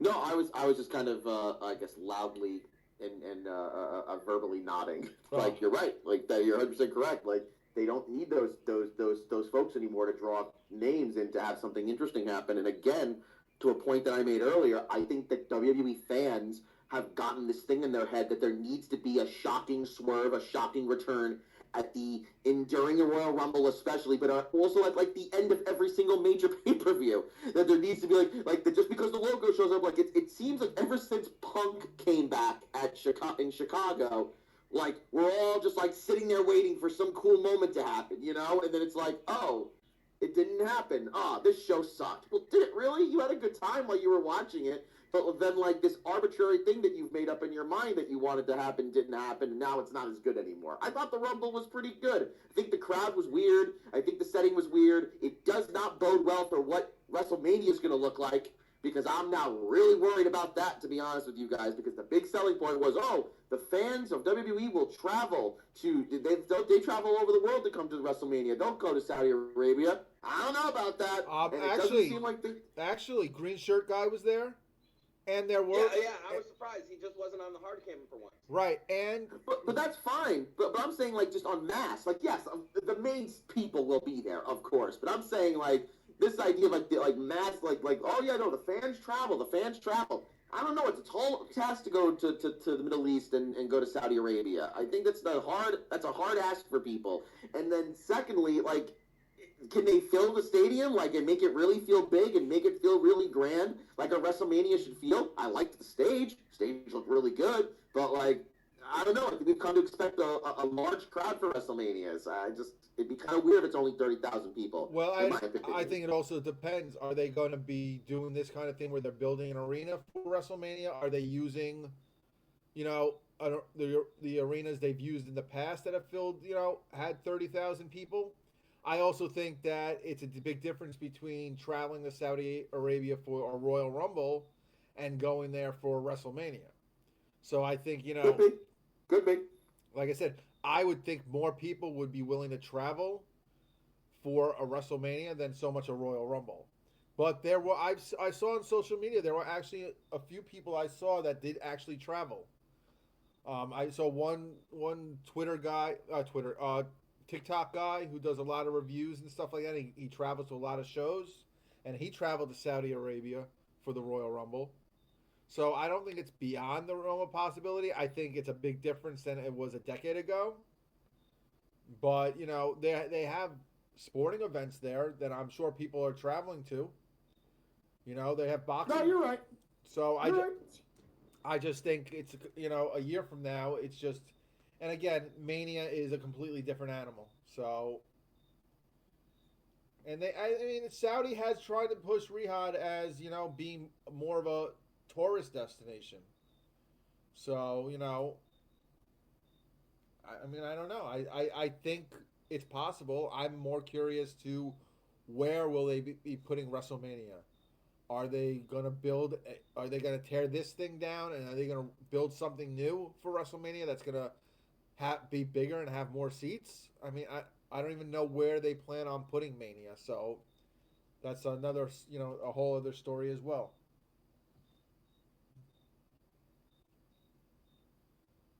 But yeah, I just think a lot of these guys who showed up in the men's Royal Rumble, a lot of the AAA names, it's just that it was the wrong place to have them have these spots because no one knew who they were.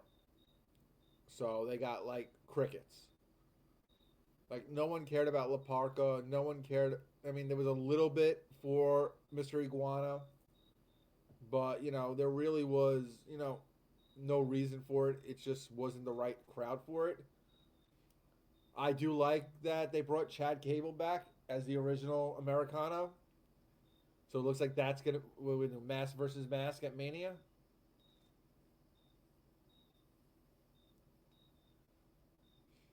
And Chad Gable is swole as fuck.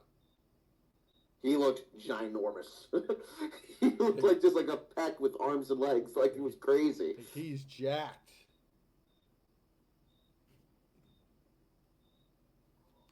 That's gonna be a fun WrestleMania match. And again, like it seems like an obvious WrestleMania match, but that's gonna be a fun WrestleMania match. And what are you gonna bring? Are you gonna leave? Now, my question also is: do we leave Gable simply as the OG, or we bring actually Gable back as well, despite the fact that wink, wink, we know who you are.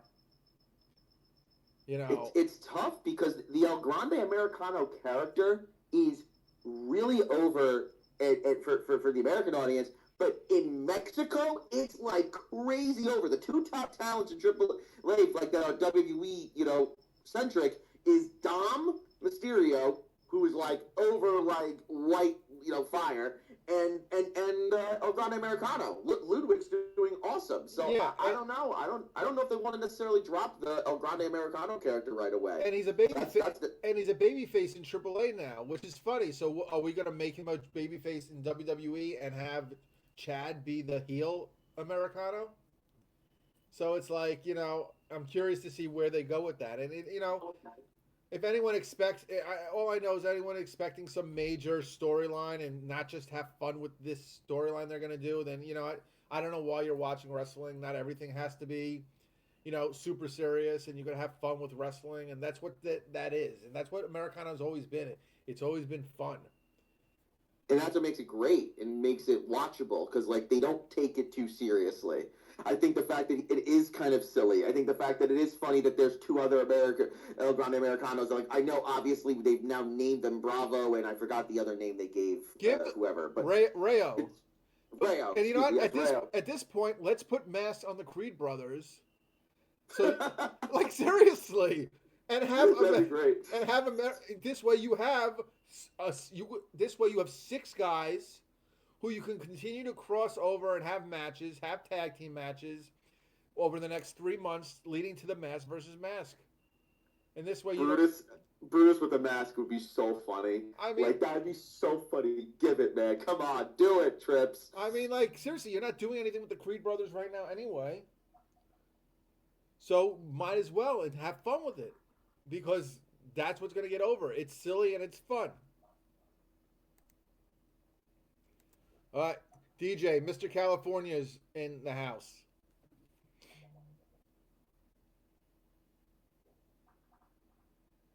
DeeJay, you there? Yeah, oh yeah, I'm here. What's up, Leo? What's up, Mr. Cali?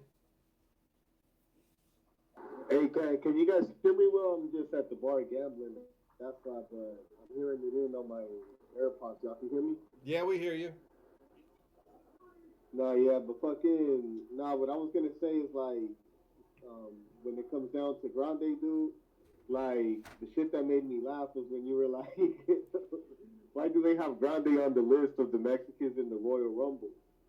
And then, I mean, it's just that's Grande's whole gimmick, man. A Mexican is born wherever he wants to be born, and then right now that meme is blowing up like crazy in Mexico, so it is causing a lot of commotion, but I feel like that match belongs on Triple Mania, not WrestleMania, because Grande's not as over in America, bro, because people take wrestling way too serious here, dog. Yeah, but you're not going to leave it for 9 months until Triple Mania again? And obviously, doing Gable and Ludwig, it's going to be WrestleMania. I just think you have Ludwig win, because you don't want to get rid of him as that character right now, because it's so over in Mexico.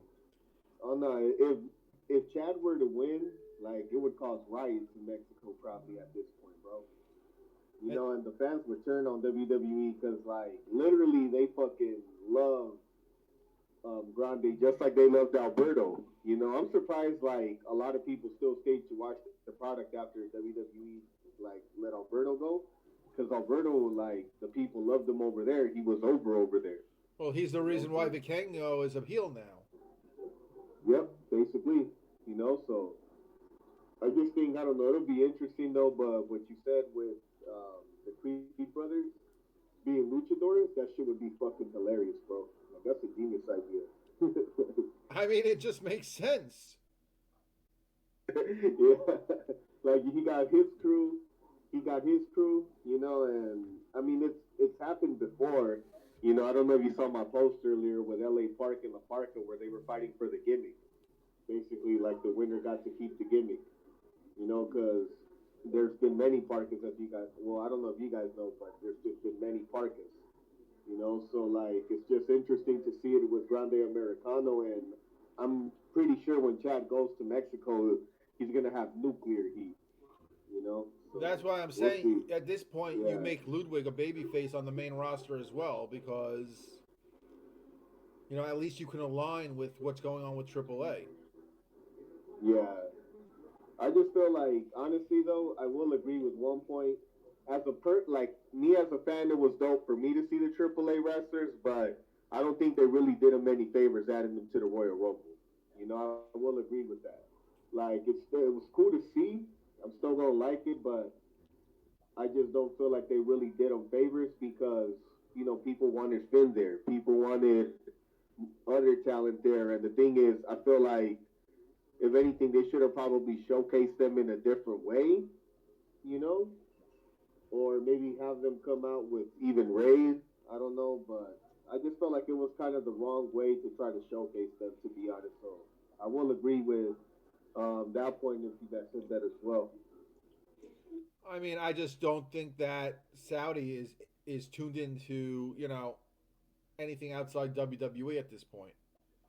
Even AAA, even though it's adjacent to WWE, I really don't think it's at a point that it would get people to understand or recognize who these talents are, and that's why they got no reaction that they got. Yeah, it was just, I don't know, it was bad timing on WWE's part to have them, showcase there, to be honest. But at the same time, I'm happy for them. I mean, I know it meant a lot to them specifically, but because I'm a fan, but still, I could see like why people were upset in regards to it.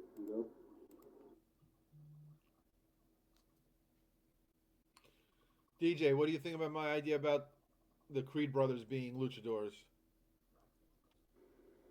That's how they should have did it in the first place. Just have, because American Made haven't even been around like that anyways. So I thought it would have been better off making them Bravo and whatever Americano. But maybe that's just me. Well, I think that's gonna wrap it up. We did our Rumble rumblings, as I called this episode. So, shit. Anyone? Hey, my bad, I was late, guys. It's because y'all on the East Coast, man. Fuck. It's early out here during that time, but my bad, I was late. Anyone want to add anything in before we wrap it up? Nick, Herm? Oh yeah, NXT should be a good one this week. We got the NXT title on the line, the ladder match.